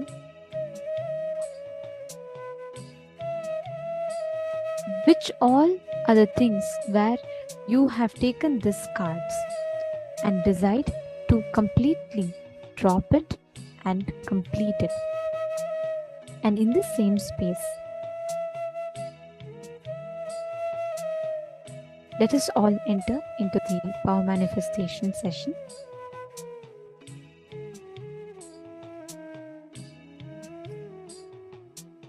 Now, all of you, I request all the participants, you're all going to be scanning one object that I have kept placed in front of myself. Okay, so there's one object that is in front of me, and I request every one of you to scan it. Okay, just connect in the same space, just see what exactly is there, and connect to Swamiji and manifest whatever comes in your third eye. You can see in your Krishna Shila, and you will see it as patterns, as lines, as anything it could be. Whatever you see it through the third eye, connect to Swamiji, and please describe that in the chat. Let's start. I request every one of you, all the participants, to do it. Okay, Ma, Sudha Dandapani has posted, Ma, while penning down, I realized this revelation. When I was penning about my identity as kind, lovable, more open, at the same time, I also understood I'm not exactly like this all the time. So, which means I don't have any solid identity. All these are just defined by outside people. I gave meaning to it. Only truth is I am Paramashiva. Exactly. Beautiful, Ma. That's the right one. See, this is why this exercise is so important, because constantly as long as you take that card from outside, Masuda Dandapani, it'll be unstable because you're taking. If something can be given to you, it can be taken back. Correct? That's a simple logic. So as long as you build it based on outside, you're always on shaky ground. The moment you center it on Paramashiva, all the auspicious qualities of Paramashiva becomes yours, that you have to express and experience. So whenever, even if you drift away from it, you will have a solid center to come back to and anchor yourself upon. Okay, great. Now I request every one of you to scan.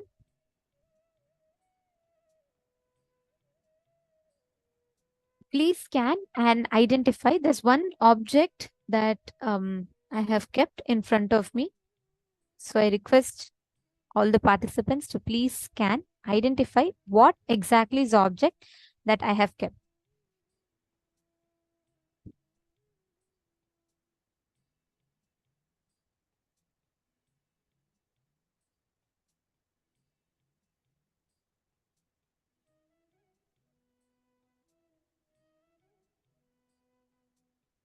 Just connect to Swamiji. See what exactly Swamiji is showing you in your third eye.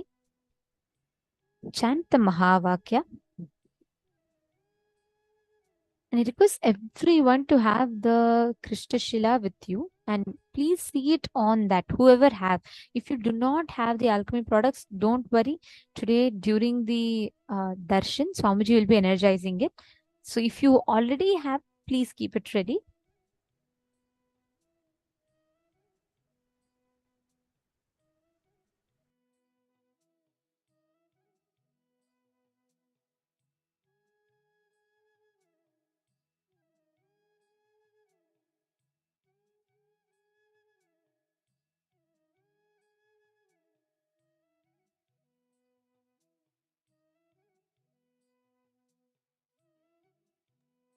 Connect to Swamiji. Chant the Mahavakya.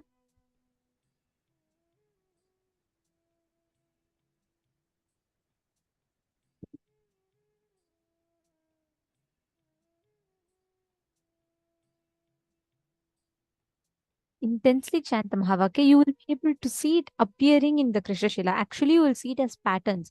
See, it is actually, you will be able to see it like how the clarity that you're seeing us on the screen, the same way you will be able to see, if not more, on the Krishna Shila. But to start with, sometimes when you are just settling and you're trying to manifest, even you may just see it many times as just one or two patterns and shapes. That's totally okay.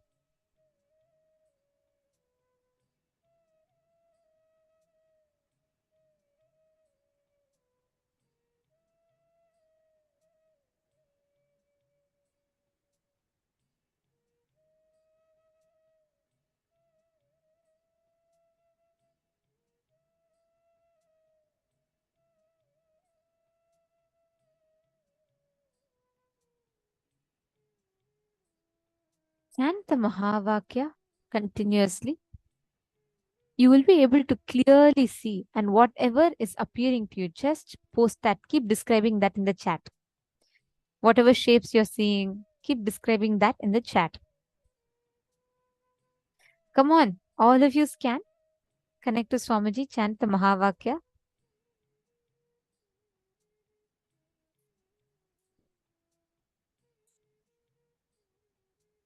Okay, I see many.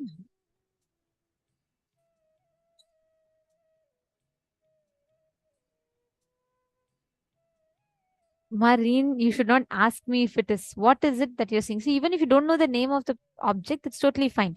Describe what it is, like what color, is it like a metal, plastic, or whatever you're seeing, put that.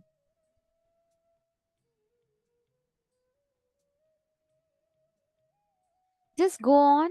See it. You should clearly see it in the third eye and put it. Whatever you are seeing, see it through the third eye and you have to post it. Okay.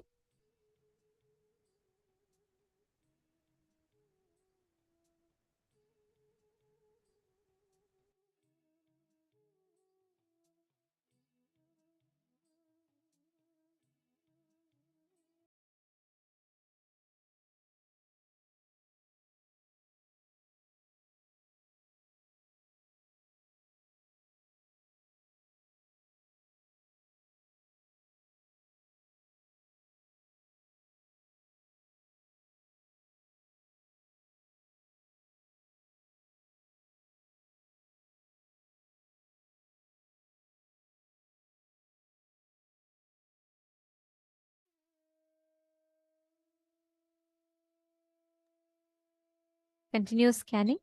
Come on, just connect to Swamiji and see whatever Swamiji is revealing to you. Go on posting it and describing it. See, the key here is you have to see it on the Kristashila in front of you. What Swamiji is showing to you on that Kristashila, describe that. It is okay even if you take time. You want to see, you take time for it to appear, and you want to see it properly, take your time and do it. You can even describe the colors. See, some of you saying you do not know the name of the objects. That's totally fine.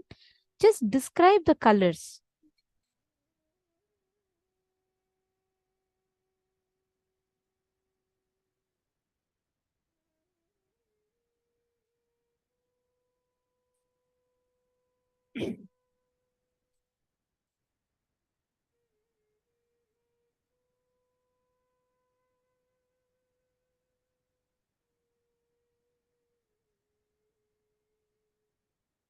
Okay, there are different answers that are coming up. That's exciting. Go on posting. Continue.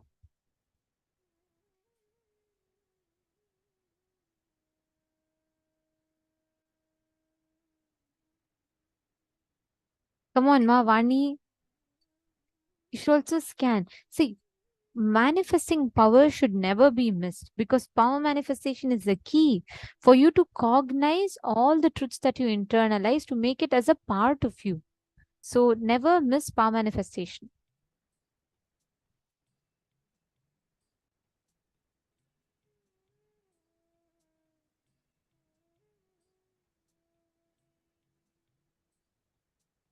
Okay.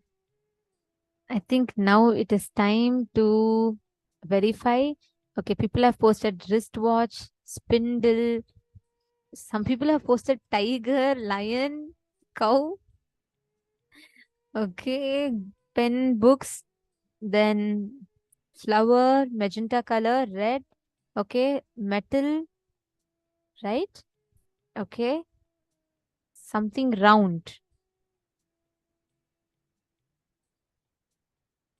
Okay, coconut. There's a lot of it. Rain posted it's something like yantra.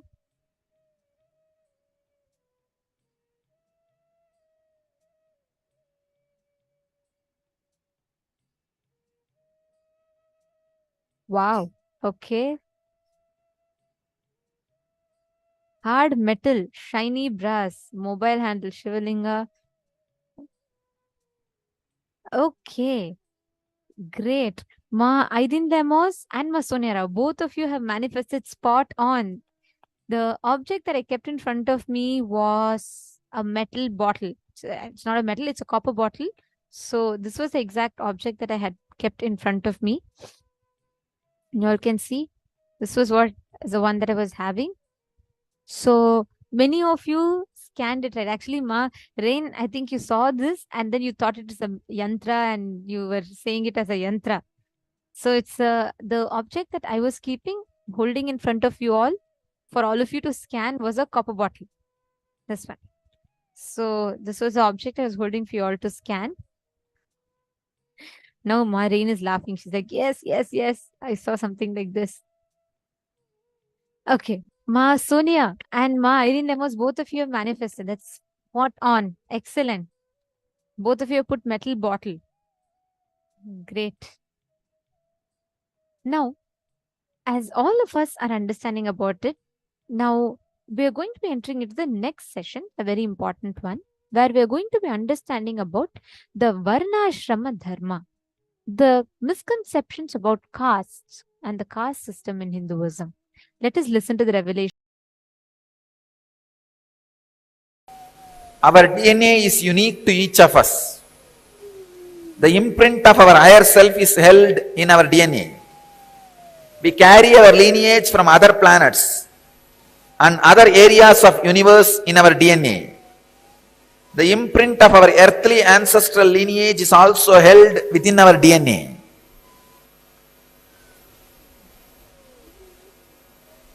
This is what we call in Vedic tradition the Gotra.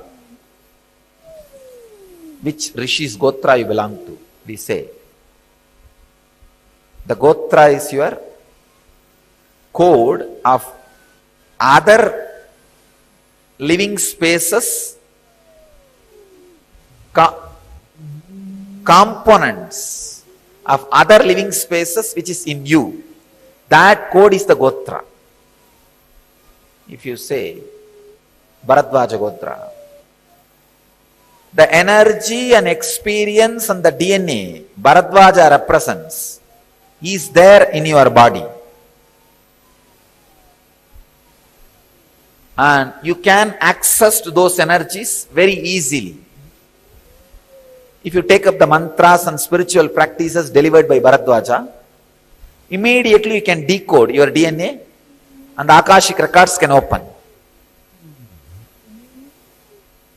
So the Gotra you belong to is the keyword, password for the huge information available to you in the form of Akashic records. The Akashic records are, it's like a password being handed over to you. All the informations are there and this is the password, please see it, that's all. The Akashic records are like DNA of the universe. Each soul has its own Akashic records. And there are collective records of all souls of all journeys. That's what I call, all souls of all journeys is what I call Hiranyagarbha. So now, I'll add some of my insights. First thing, understand, all the information you collected through all your births is available in your DNA. Second, you can access some of them just to understand and not to waste the time doing the same actions again and again, thinking you will have the joy end of this action.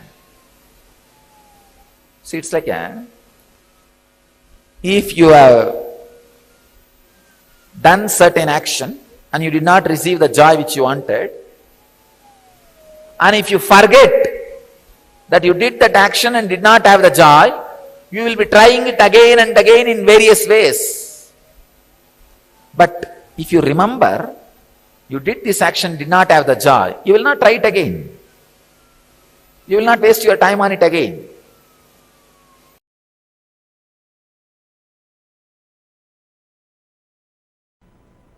Our Gotra is nothing but a code word for a special DNA layers. Please understand, our rishis have mastered the science of inserting the specific biomemory into a specific DNA layers. So our Gotra is the code word for those special DNAs. When a child is born in certain Gotra, this set of knowledge is already learnt by him. You just need to provide that ambience, he will recover, he will start expressing everything. Please understand. When I was 7, I started reciting the whole Ramayana, Mahabharata, all the 20,000-30,000 verses of Devaram Tiruvasagam by heart. When I was 7, I started reciting all these. I did not even learn language or script. I did not even know Tamil script or Devanagari script, in which all this knowledge is there. I was not even able to read Devanagari script or Tamil script, but I can recite all the thousands of verses from Valmiki Ramayana, from Vyasa's Mahabharata, from Devaram Tiruvasagam. The moment that ambience was provided, whatever was in the DNA, in the biomemory, started expressing. So the Gotras are the code word for DNA.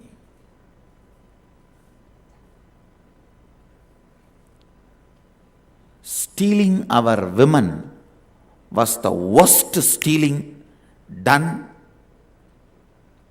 That is the worst conspiracy done against Hinduism. because the best DNA which our ancestors built with so much of sacrifice. This is what Krishna wants. Adharma bibhavat Krishna pratushyanti kulastriyaha strishu dushtasu varshneya jayate varna sankaraha. By prevalence of impurity, O Krishna, the women of the family become corrupt and women becoming corrupted.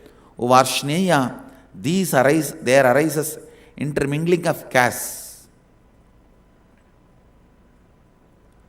Shankaro narakayaiva kulagnanam kulasya cha patani pitaro hyesham lupto pindata takakriyaha.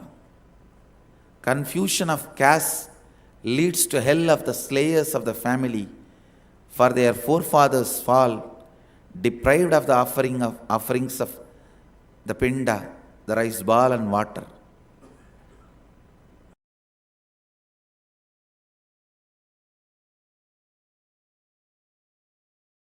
Varnashrama Dharma is the conscious pyramid built by our ancestor Hindu civilization, ancestors, for the high-level souls to come back again and again to the planet Earth and make this planet Earth a better and better place.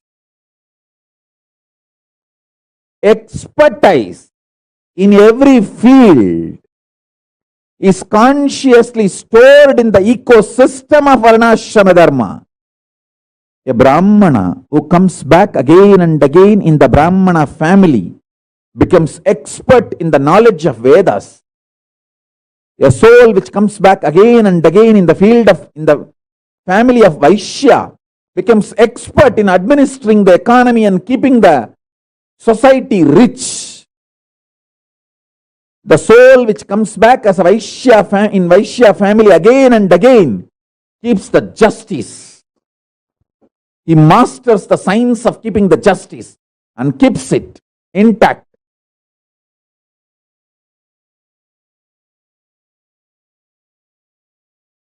A Shudra who comes back again and again in Shudra Jati and Varana keeps all the technology related to the outer world alive and develops better and better and better.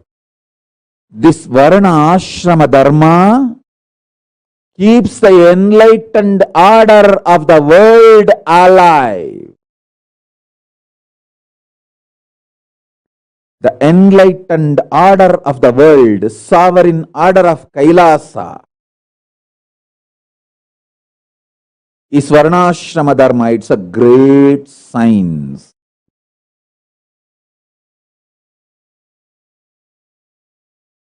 Understand this one simple story.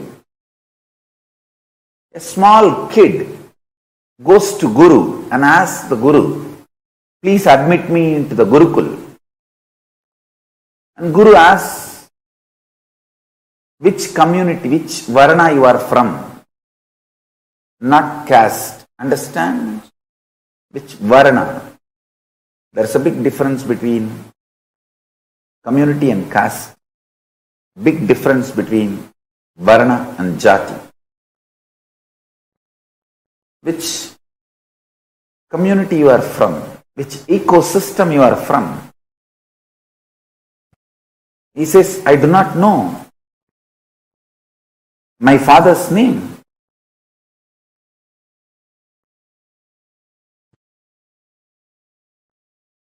The Guru says, please go and ask your mother and come back. He goes to his mother and mother says, I do not know the name of your father. Who fathered you? The boy comes back to the Guru and tells, my mother says, she do not know who fathered me. And Guru's eyes as bliss tears and he says, hey, you are speaking the truth. You are a Brahmana Varna. Please join the Brahmana Varna class. This story has multi-layer meaning. Means based on the karma, the guna, the community was divided. Based on the birth, jati was decided. And there were multiple jatis in one community, in one varana, multiple jatis existed. For example,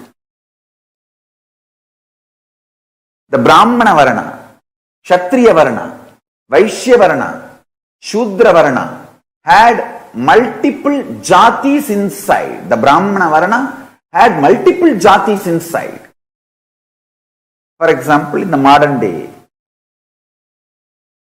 in India, how this forward community seal is given and the whole Brahmana varana is denied all the resources of the nation. The whole forward community, all the communities classified as a forward community, we can take it as Brahmana varana.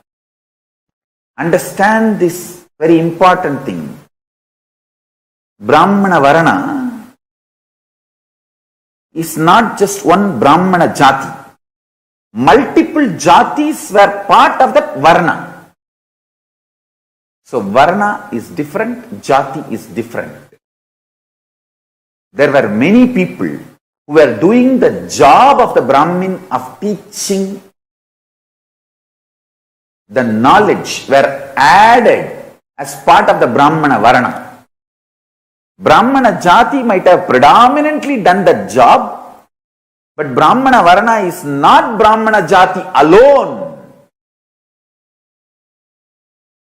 British studied all this very subtly and created absolute false narrative and made us believe their false narrative about us by constantly teaching the false narrative to us.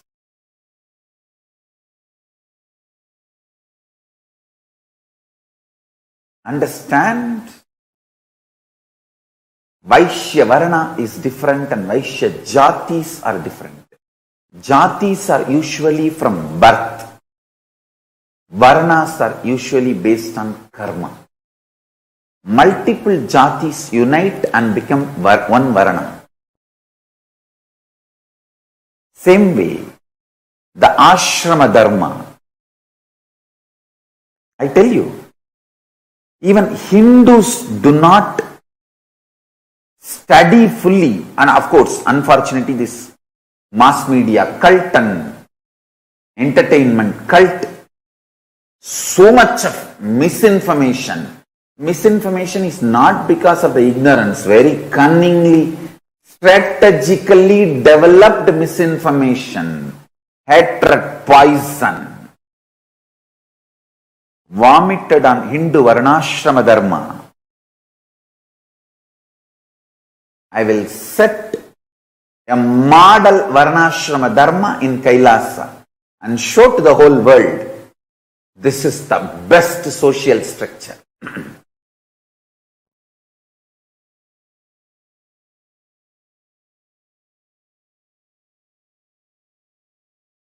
It is such beautiful system where the responsibilism is encouraged. The way you take responsibility for your life and others' life.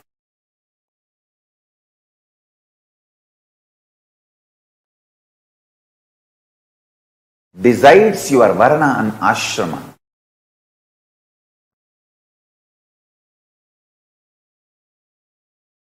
Jati is more to support you to specialize in some field. See, Hindu society was based on specialization.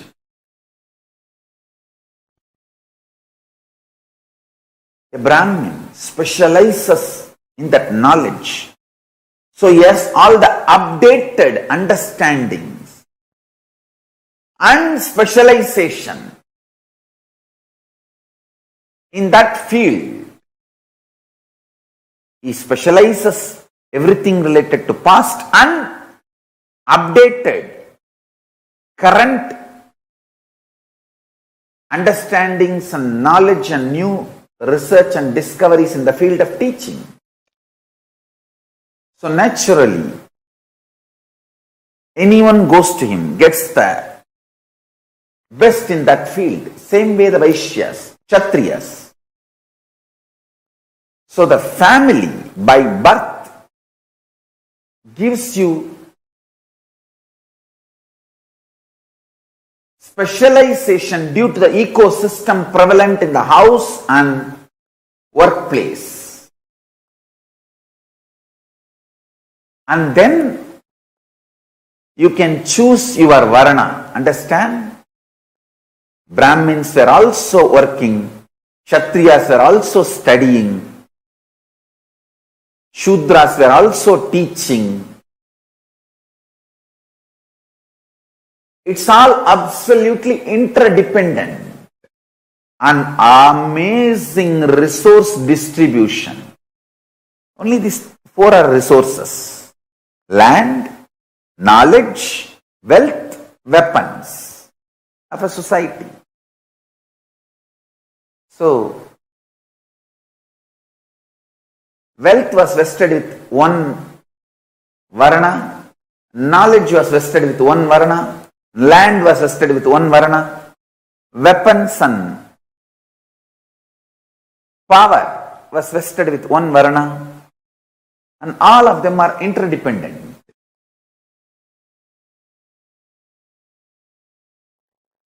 Understand? Just like a jati and varna, for example, you may be born in the jati of Brahmana and you can choose, decide to be Kshatriya.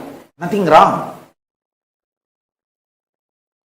You may be born in the family, jati of Kshatriya, and you can choose to become Brahmana, like Vishwamitra. Nothing wrong. You are accepted and given the topmost title Brahmarishi. Same way, you can be born in Vaishya family and you can choose to become Brahmana. You are accepted into Brahmana Varana. Nothing wrong. Understand? The Varna, including, accepting, updating, keeping it alive, that body, Brahmin's body, Sannyasi's body, Guru's body, that body was attacked and destroyed by Mughals at that time, because that body was keeping the Varna Ashrama Dharma alive. The Akhadas were the body, keeping the Varna and Ashrama Dharma alive. Jati is the structure, gives you the possibility of ecosystem. For example, if you are born as a Brahmin, you are given that ecosystem to evolve and become the part of Brahmana Varna. But if you decide you want to become part of the Kshatriya Varna, you are free to do. You are given absolute support and you are declared as Kshatriya by the Panchayati. See, each village used to have the Panchayati. That is why it's called Panchayati Akhadas. The Panch Parameshwar, the 5 experts in that field, each field, will sit together. Either expert in a Brahmana, or Vaishya, or Kshatriya, or Shudra, any field, 5 experts should sit. They are called Panchayati. And that Panchayati, they are called Pancha Parameshwars. That Panchayati declares somebody entering into Brahmana Varana, or Kshatriya Varana, or Shudra Varana, or Vaishya Varana. mostly the jati, same person, gets into same varana, but not compulsorily. This beautiful structure was destroyed by Mughals during the Mughal invasion and twisted and distorted by British, saying that only by birth varana exists. Jati and varana is same. That is the biggest crime done by British, destroying our civilization. Understand? Usually, the jati person gets into the same varana, but not compulsorily. And one more thing, varna is only 4. Varna is only 4. Jati is more than 30,000. That itself should make you understand. Varna is different and jati is different. Jati is 30,000. Varna is only 4. And the beauty is, if you do not want to fit into any of this varna or jati, you are free to declare yourself as Adhyashrami, Paramahamsa, and live the life out of the grid.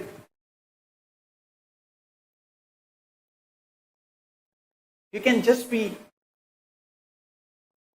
out of the grid lifestyle, and you are respected by the people who are living in the grid. They give you food, support you, and worship you. You don't need to become a thief, robber, or antisocial element. You can be beyond society, above social element. That's the beauty of the Hindu society. Many Hindu scriptures describe the cosmic beings, gods, goddesses, incarnating and manifesting in Shudra Sarira.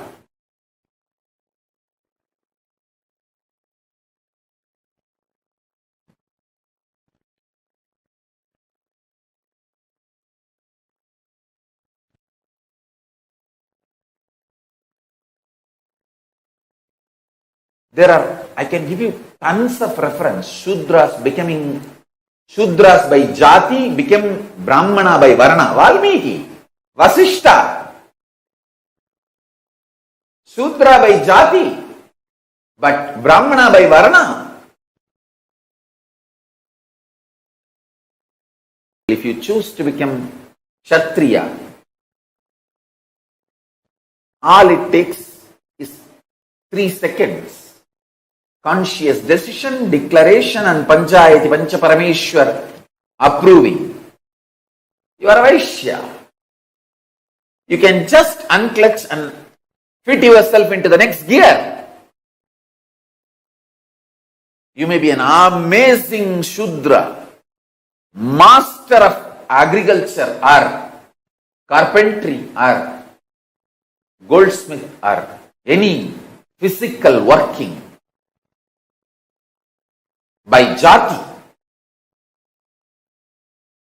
you can just shift your varana to Brahmana in 3 seconds.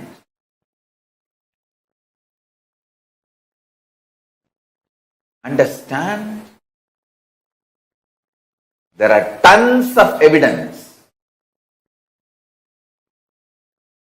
Shudras moving to Brahmana varana. Shudra by jati moves to Brahmana by varana. Brahmana by jati moves even to Shudra by varana. And Brahmana by jati moves to Vaishya or Kshatriya by varana.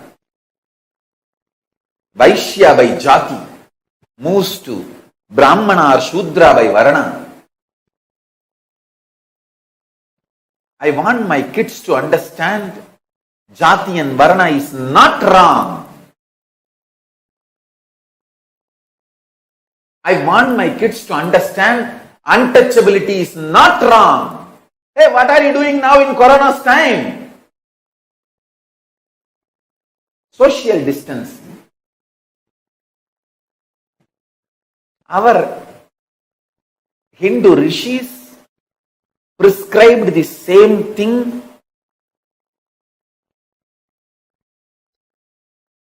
only for health purpose. Understand? Later on, British made us believe it was inequality. Understand one thing. Rama, the great Kshatriya Mahaburusha, hugs Guha, supposed to be Shudra.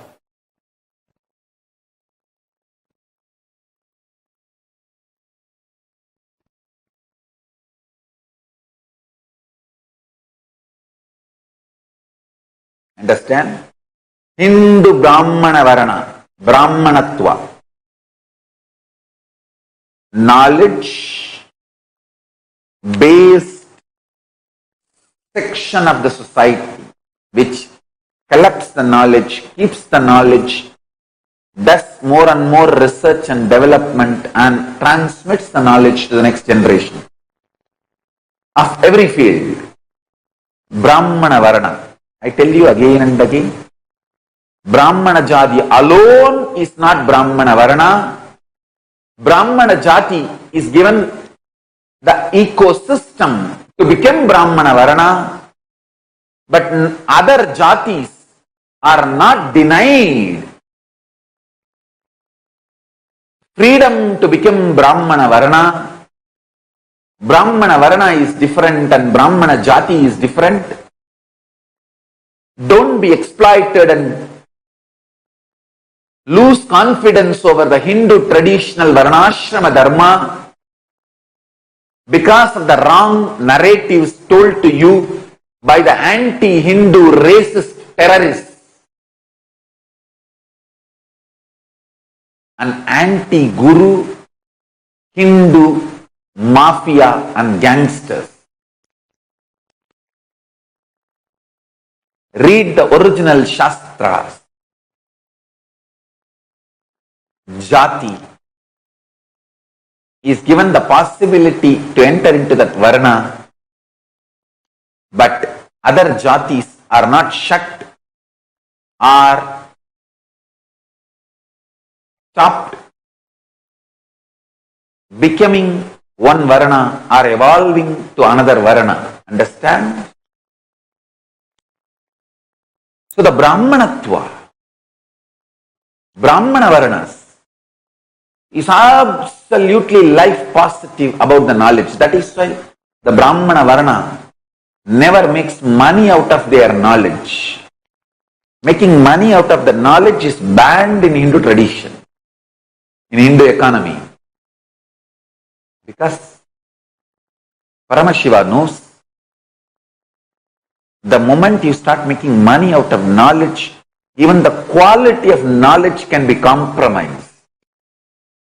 I can very boldly tell you with all joy and pride, Hindu scriptures are the most unadulterated, as maintained,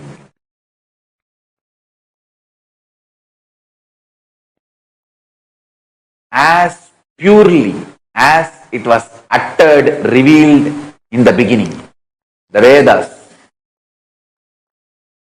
are as it is from the time Paramashiva breathed it to Parashakti to Vishnu, Vishnu to Brahma and the Guru Parampara. Narayanam Batma Bhavam Vasishtam Shaktinja Tatputra Parasharanja Yasam Sugam Gauda Padam Mahantam Govinda Yogindra Matasya Sishyam Sri Shankaracharya Matasya Vatna Padanja Asta Malaganja Sishyam Tamtroda Ganmartikakaramanyan. The whole Guru Parampara, unadulterated, Hindu Brahmana Varana is enlightening. Hindu Kshatriya Varana is empowering. Hindu Vaishya Varana is enriching. Hindu Shudra Varna is encouraging, always contributing. Varnayate anena iti varnaha. Varnyate anena iti varnaha. That which is based on description of quality and action is varna. Jati. Jananat jayate jatihi. That which happens out of birth is jati.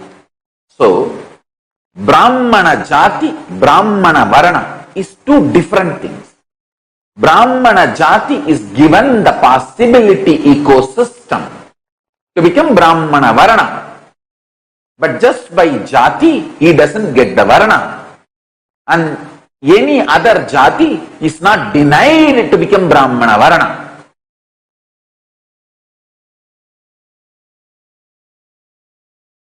What is the difference between Varnashrama Brahmin wisdom and Chandalatva of decision fatigue? First thing, understand. A Brahmana who lives the Brahmanatva, a proper Brahmanatva, will go on be making decision and grounded in reality, will never get caught into this matrix. You see, actually, a Brahmana established in Brahmanatva runs the whole kingdom and the society by making decisions.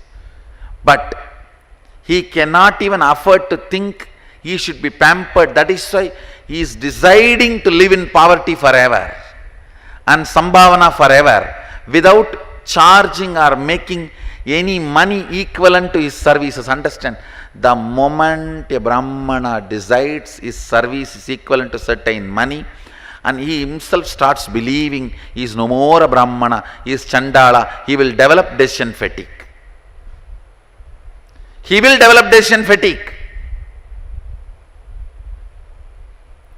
But the person who is grounded in reality goes on making decisions and supporting the society and country to flourish. He should be showered all the respects and all the best things should be given to him. But he himself never falls into decision fatigue. Chandalatva of decision fatigue is nothing but, as I said, thinking too much about yourself. Just because you gave an idea about how a temple should be constructed and somebody else is constructing, you can't think you did it. You constructed it. So understand, such large temples our masters, our kings, our gurus built, rarely in one corner of one pillar only you can see their statues. That is so small, negligible. You have to do so much research to find where Rajaraja's statue is in Tanjavur temple, where Vallala Maharaja's statue is in Tiruvannamalai temple. Because they never had a decision fatigue. If they had decision fatigue, they would have thought they are too big guys and would have put their statues prominently in a big way. So Chandalatva of decision fatigue is based on arrogance and ego.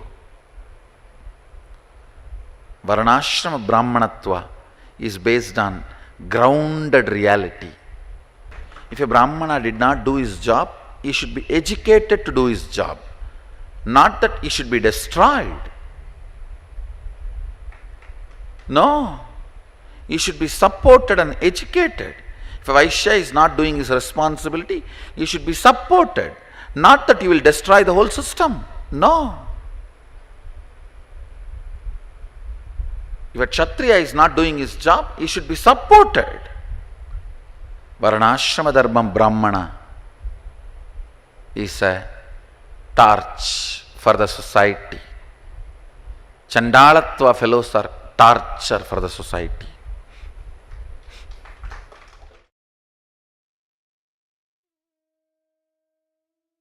understanding the Varnashrama Dharma, like there are so many misconceptions that the society feeds into us about this caste system, right? How exactly the caste system functions. There's so many misconceptions that the society teaches us. Be it the understanding about how the varnas are and different castes are, all of this. It creates a lot of gaps in the way we understand it, correct? So beautifully Swamiji explained here. It is not based on birth, it is based on how they live, what thought currents they are, what kind of quality they are that they exist with. It is based on this that the Varnashrama Dharma is created in Hinduism. And Swamiji made a very important statement in this. Swamiji beautifully said, it is because of the Varnashrama Dharma system that Hinduism is the longest surviving civilization that we have had so far. That itself shows the power, how exactly the Varnashrama Dharma system has made Hinduism so successful. Because most of the times there's so many misconceptions that the society feeds into us. The moment you talk about Hinduism, how many of you have heard different misconceptions on caste? Can I request all of you to post in the chat? And what is it? What are the common, the moment you hear about Hinduism, something that comes synonymous is caste system. Unfortunately, it's always misrepresented. So how many of you have heard about this caste system and what have you heard? Can I request all the participants to share?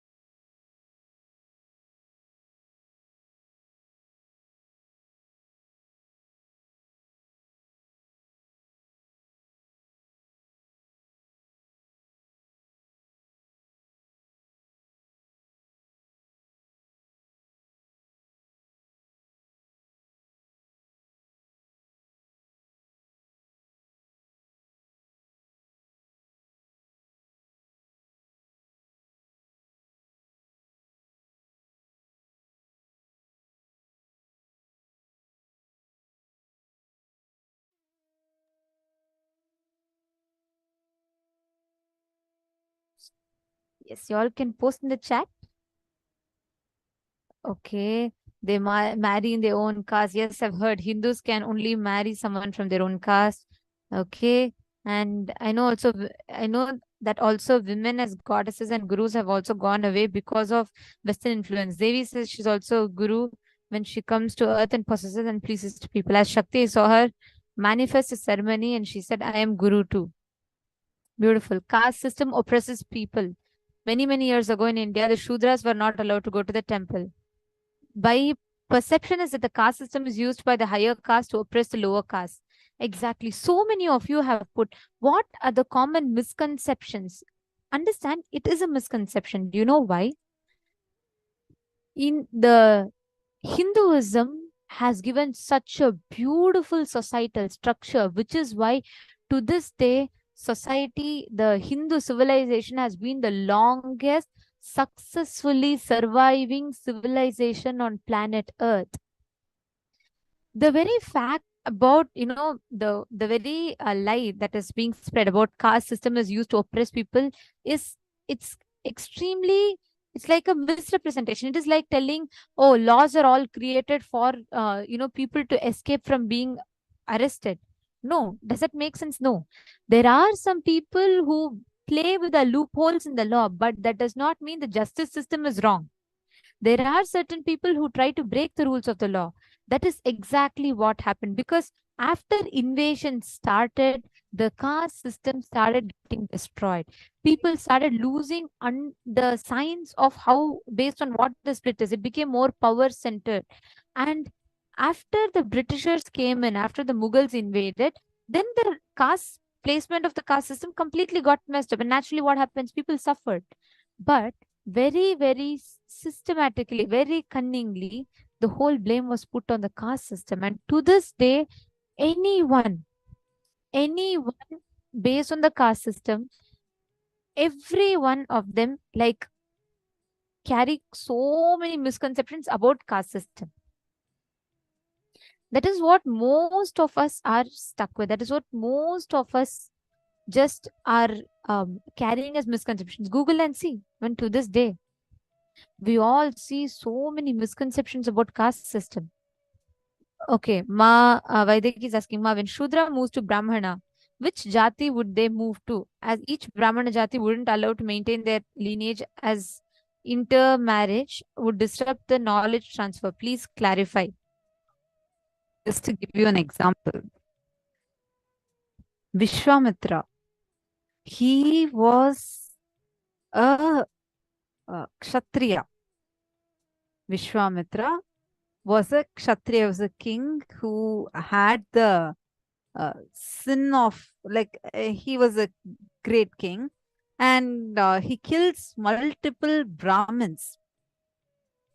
It's a very beautiful story how actually he comes, he sees Rishi Vashishta, and he sees Rishi Vashishta and wants to and sees that he, in his small ashram, he has everything that he wanted. Then this King Vishwamitra was a very arrogant king when he was a king. And he says to Rishi Vashishta that, look, I want to have, so he goes and says, can you feed my entire army with food? Rishi Vashishta says, all right, I'll feed you. He says, no, I need all these different types of grand feast. Can you keep a feast? And Rishi Vashishta says, yes, I can keep a feast. Maharishi Vashishta is one of the highest Brahmanas. And he and his disciples live by begging alms. And suddenly, the moment all of Vishwamitra's, the king's entire army comes and sits, and they are not able to even fit into the ashram, they're all sitting around the ashram. There's like thousands of them, but everybody gets food. This king is shocked. He's like, a rishi in such a small ashram is able to supply so much of food. There must be some secret. He goes and asks, how did you do this? It's so magical. I can't, even if I have called my royal chefs, they would have struggled to feed this entire army with such a grand feast. How did you do it? Then Brahmin Maharshi Vashishta answers that all I did is I have a special, due to my tapas, I have acquired the daughter of Kamadenu, Nandini. It's a cow who she's a Gomata and she'll grant anything that we want. So I just asked her and she only manifested this whole feast. And the conversation, and this guy is shocked, this king is shocked. And he tries to possess the Gomata Nandini. Rishi Vashishta tries to stop him, and the battle ensues, and this king kills all of Rishi Vashishta's disciples. But Rishi Vashishta ends up defeating the king, and the king is then only he realizes what a great sin he has done. So to repent for that sin, he says he also wants to achieve the same space in the state that Rishi Vashishta is in. So a king who's in the Kshatriya Jati and Kshatriya Varna decides to move to become a Brahmana, and not just normal Brahmana, but to go to the highest state in the Brahmana itself, which is to become a Brahma Rishi. He does intense tapas and becomes a Brahma Rishi and becomes one of the gurus of Bhagavan Sri Ramachandra Prabhu, the Uttama Purusha. How did this happen? It is because the moment Vishwamitra's anger started coming down, he did intense tapas, realized where he was stuck, came out of the blind spots, did the intense completion and tapas, he became a Brahma Rishi. Understand, it is the consciousness that a person is in which was given the Varna. Jati is based on, like how so beautifully Swamiji revealed it to us. Jati is based on your birth. But that's only to provide you with a possibility. And once the possibility is given to you and you start growing in that ambience, you still have the freedom.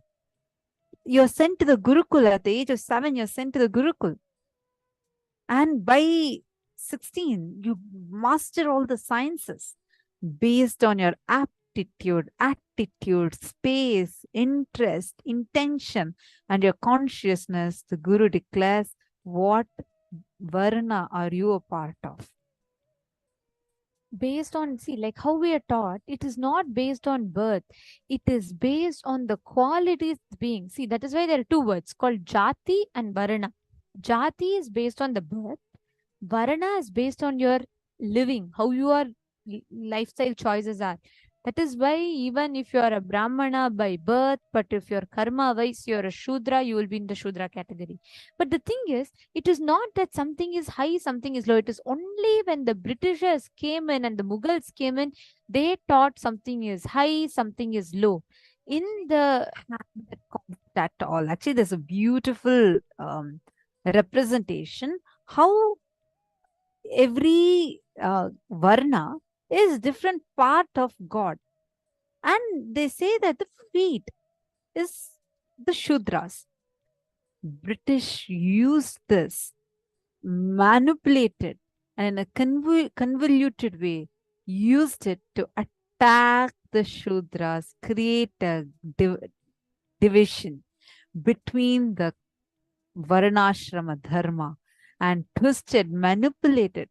Understand, till the British came in, we never had the concept that head is higher and feet is lower.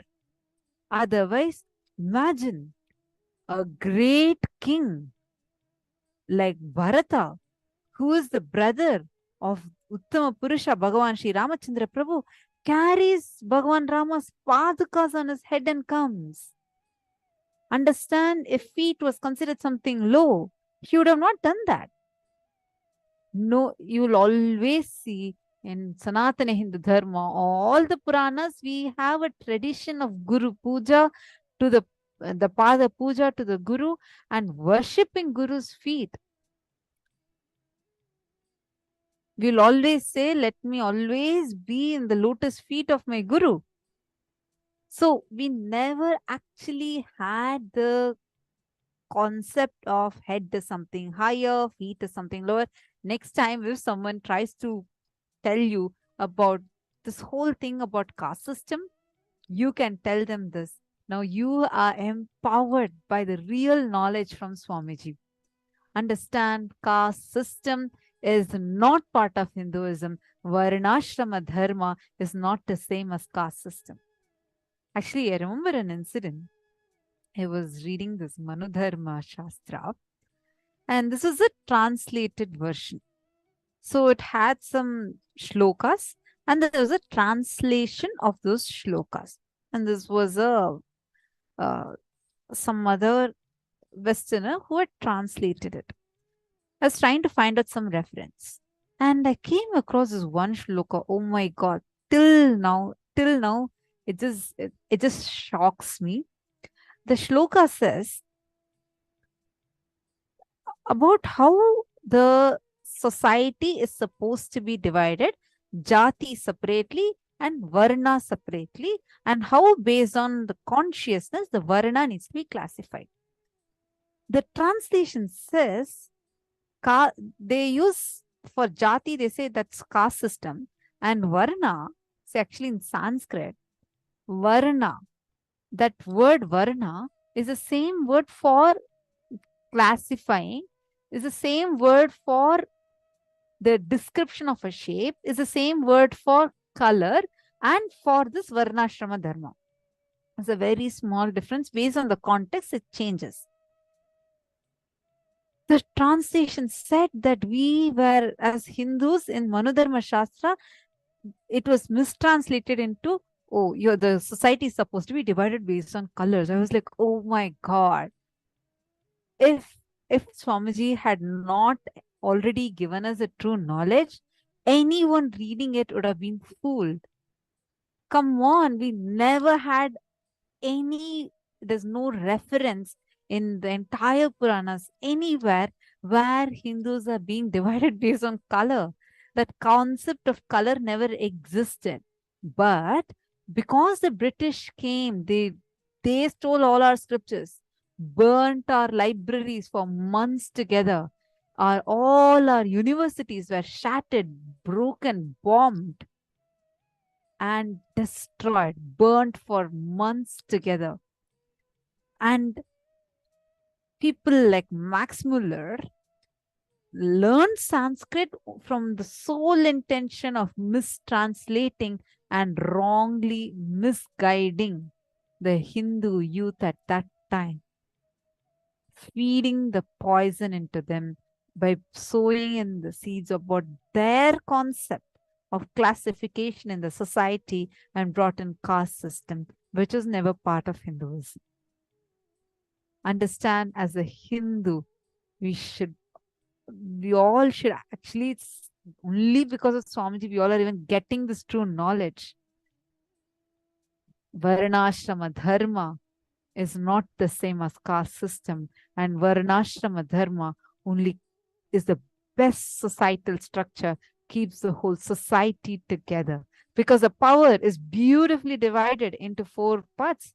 Money is given separately, human resources separately, the knowledge is in another group's hands, and the political power is in another group's hands. And it's so beautifully planned that, understand, if you are taught something wrong about Varnashrama Dharma, you should be informed that it is an exploitation crawling into you, because continuously, by systematically targeting these systems, which are very conveniently misrepresented and maligned in the eyes of the public, demonizing these traditions in the eyes of the public, our own the principles, the values that we are taught is completely shaken and removed from us. The experience that you get through this whole powerful process, right, of the division, the class system, it is not that, see, for example, let's say today, money, power, human resources, everything is under the control of one section of people. Like, for example, politicians. Watch closely. So many politicians have so many means. They're all like extremely rich. They hold the money control also with them. And even those people who are all like rich businessmen have a very, very significant political influence. Similarly, the human resources under whom? The same businessman who's rich has the human resources under him. The section of the society is divided in such a way that money, power, human resources, everything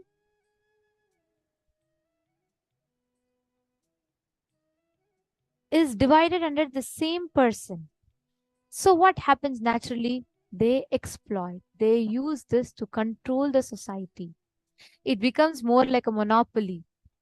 But our system was so beautiful, so intelligently planned that for a king to rule, he alone, it is not just his power and he can rule. No, he was dependent. The priests being happy, the Brahmanas being happy had a significant impact on the king running the kingdom.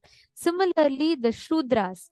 Only if the Shudras do the farming, the Brahmanas will get food to eat. Only if the Brahmanas teach, then the Vaishyas can function with business. Only if the Vaishyas earn, the Shudras will be able to circulate that money and make they'll be able to do the farming and all the necessary activities. Only if the doctors keep the farmers alive, only if they're able to treat the farmers and make them healthy, they will get food in their plate. This is how our system was divided so beautifully. It was interdependent, interwoven. There was no room for exploitation. But what happened is when the whole thing of invasion, everything started, the whole thing got diluted.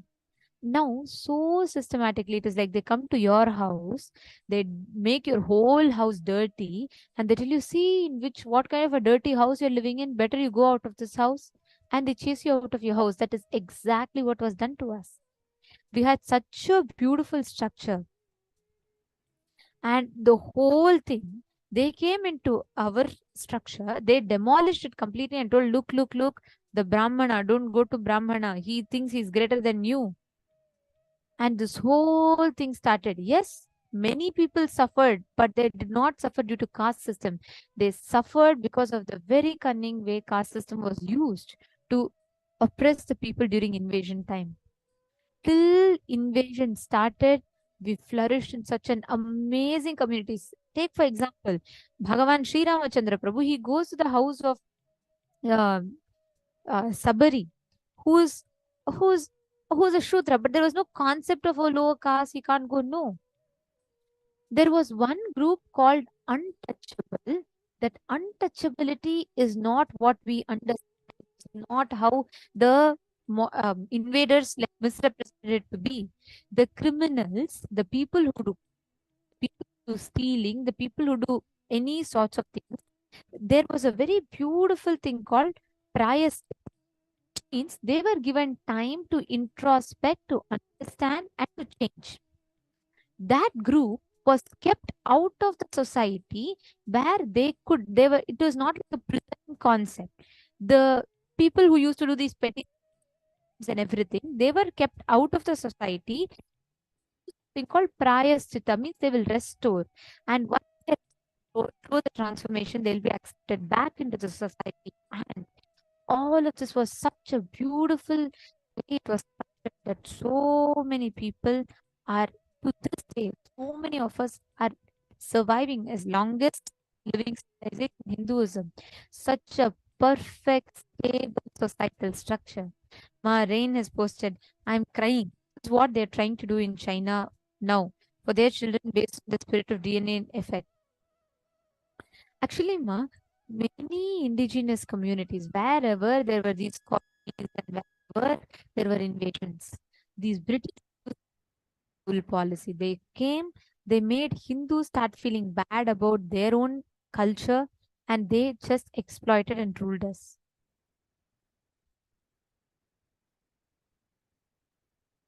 If every one of you just catch this, right, we will see how in so many different ways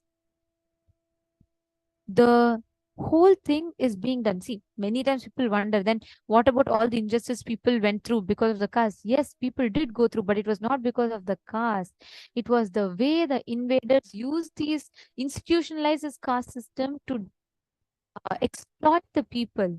They used to go, oh, because you're Shudras, look, you have to work in the farm, and working in the farm is something.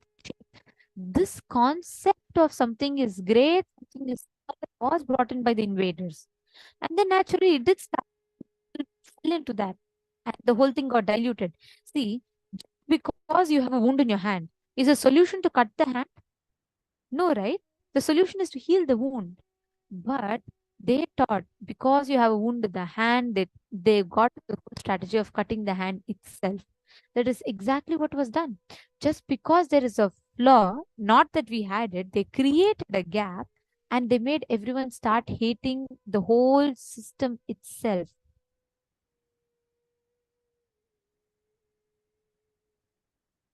Yes, Madonna Caesar is posted beautifully. She's saying caste is mentioned in 3 different sacred texts. Only the West made it into a blue collar and white collar thing. Caste is necessary so people have a place to reincarnate into. Absolutely, that's right.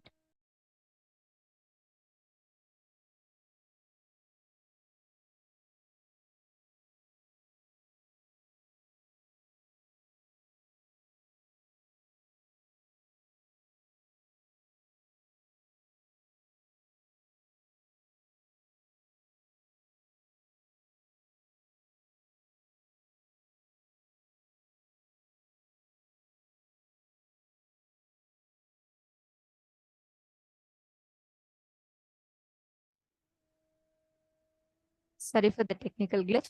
Ma Dennis Caesar has posted that what you have posted, Ma, that's very true. See, caste system was created to divide the power between the different sections. Whole system, each of them are interdependent on each other, and they all are dependent on each other and exist peacefully to keep the society alive together. There was no concept of discrimination based on the work they do. Even in Gita, Bhagavan Krishna himself beautifully, he says, I am Brahmana, I am Vaishya, I am Kshatriya, and I am Shudra. I created the 4 Varnas and I exist through them. It was never up or down. See, today, if really caste system is pretty much demolished, there's nothing, there's no caste system being followed. But now see, do you say that there are no discriminations happening? The West is full of discrimination. You see, based on race, based on gender.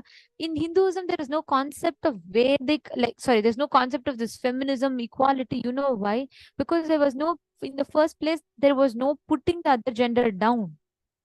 That is why there is no concept of making women equal to men. That's what is feminism all about today. In Hinduism, it never existed that way because each gender was revered and worshipped as unique beings. The goal was dharma, artha, kama, and moksha. The goal was very clearly defined. The final goal is liberation, which is enlightenment. So because your goal is enlightenment, all your actions will orient you to that goal.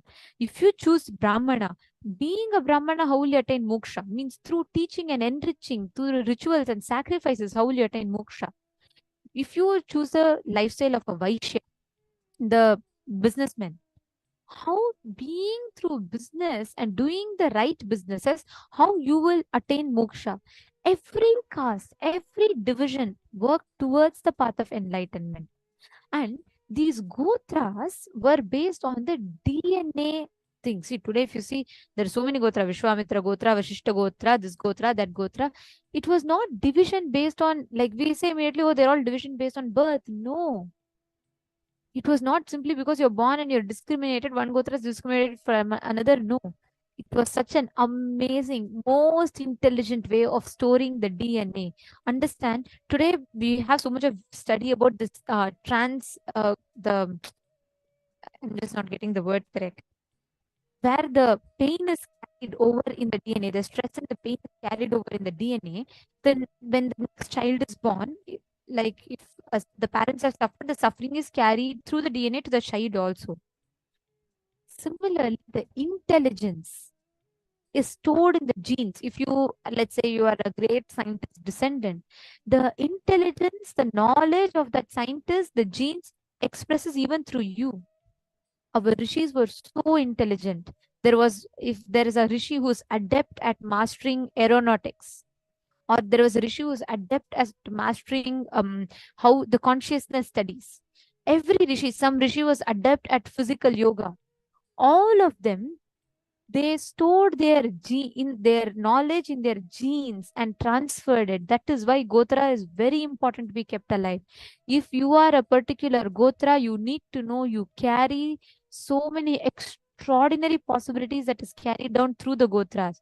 That is why the whole system of marrying within the Gotra, particular Gotra should marry the other Gotra, like that, it is created in such a way that the intelligence gets carried over and over and over. That is why the most advanced civilization is Hinduism. Just look around you. So many successful CEOs, so many successful people, everyone are Hindus. Why? Because by our core, even though by now we have lost touch with that authentic Hinduism, still that intelligence expresses through our genes and DNA.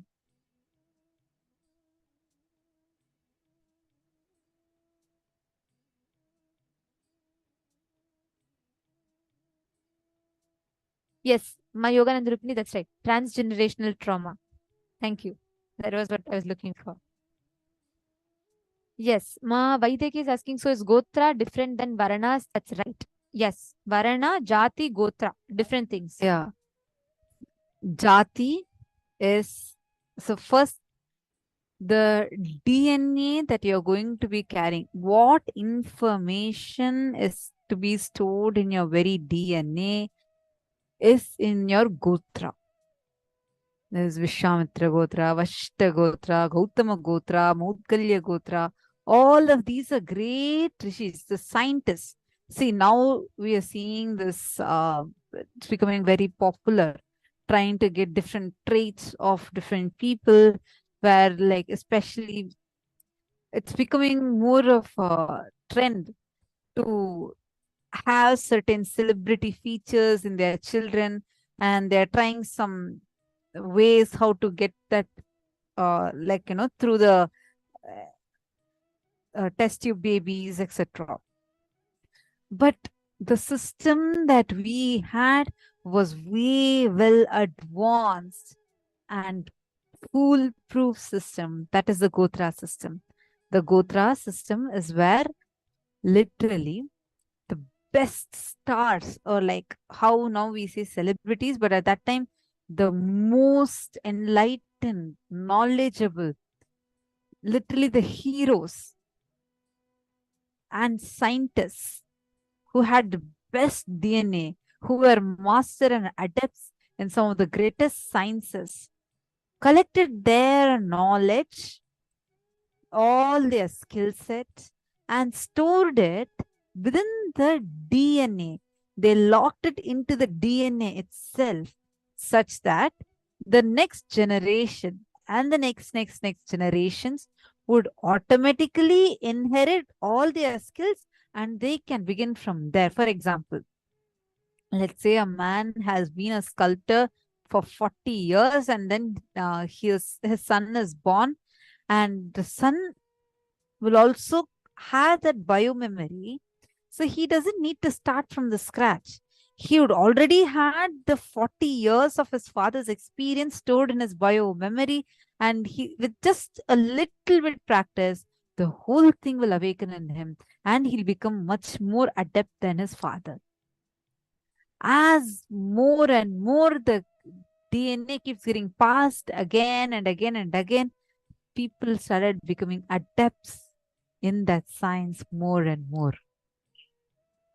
Understand, this is the Gotra system. This was one of the most genius systems that our ancestors had done. And from there, once a child is born, the child already has its Gotra. And understand, You consciously choose the body, which gotra where you want to assume the body, you choose it. And once you assume the body, the gotra is there in you already. The jati is the ecosystem that's provided so that you can flower into it. Whichever varna you want to choose, the possibilities awaken in you. Then you're sent to the Gurukul. In the Gurukul, for almost 7 to 8 years, you're taken to thorough training where the Guru enlightens you, awakens you to your highest possibility. Based on your consciousness, the Guru blesses you to be a part of a particular varna. The path for your life is given, and you choose that path and you continue on that path and excel. It's one of the most amazing, best societal structure we had. The whole manifesting powers, even the Avadani tradition, there's so much to talk about it. Actually, this, if we go on, we can talk for like on and on and on. Today, very beautiful thing is today, during the darshan, all of us are going to be receiving this initiation today, where Swamiji is going to be using 56 sacred syllables, the sounds, to awaken our DNA, to awaken the cosmic DNA in us. Right? So now let us all take a few minutes. First, we'll be manifesting the power. Next round of manifesting this power.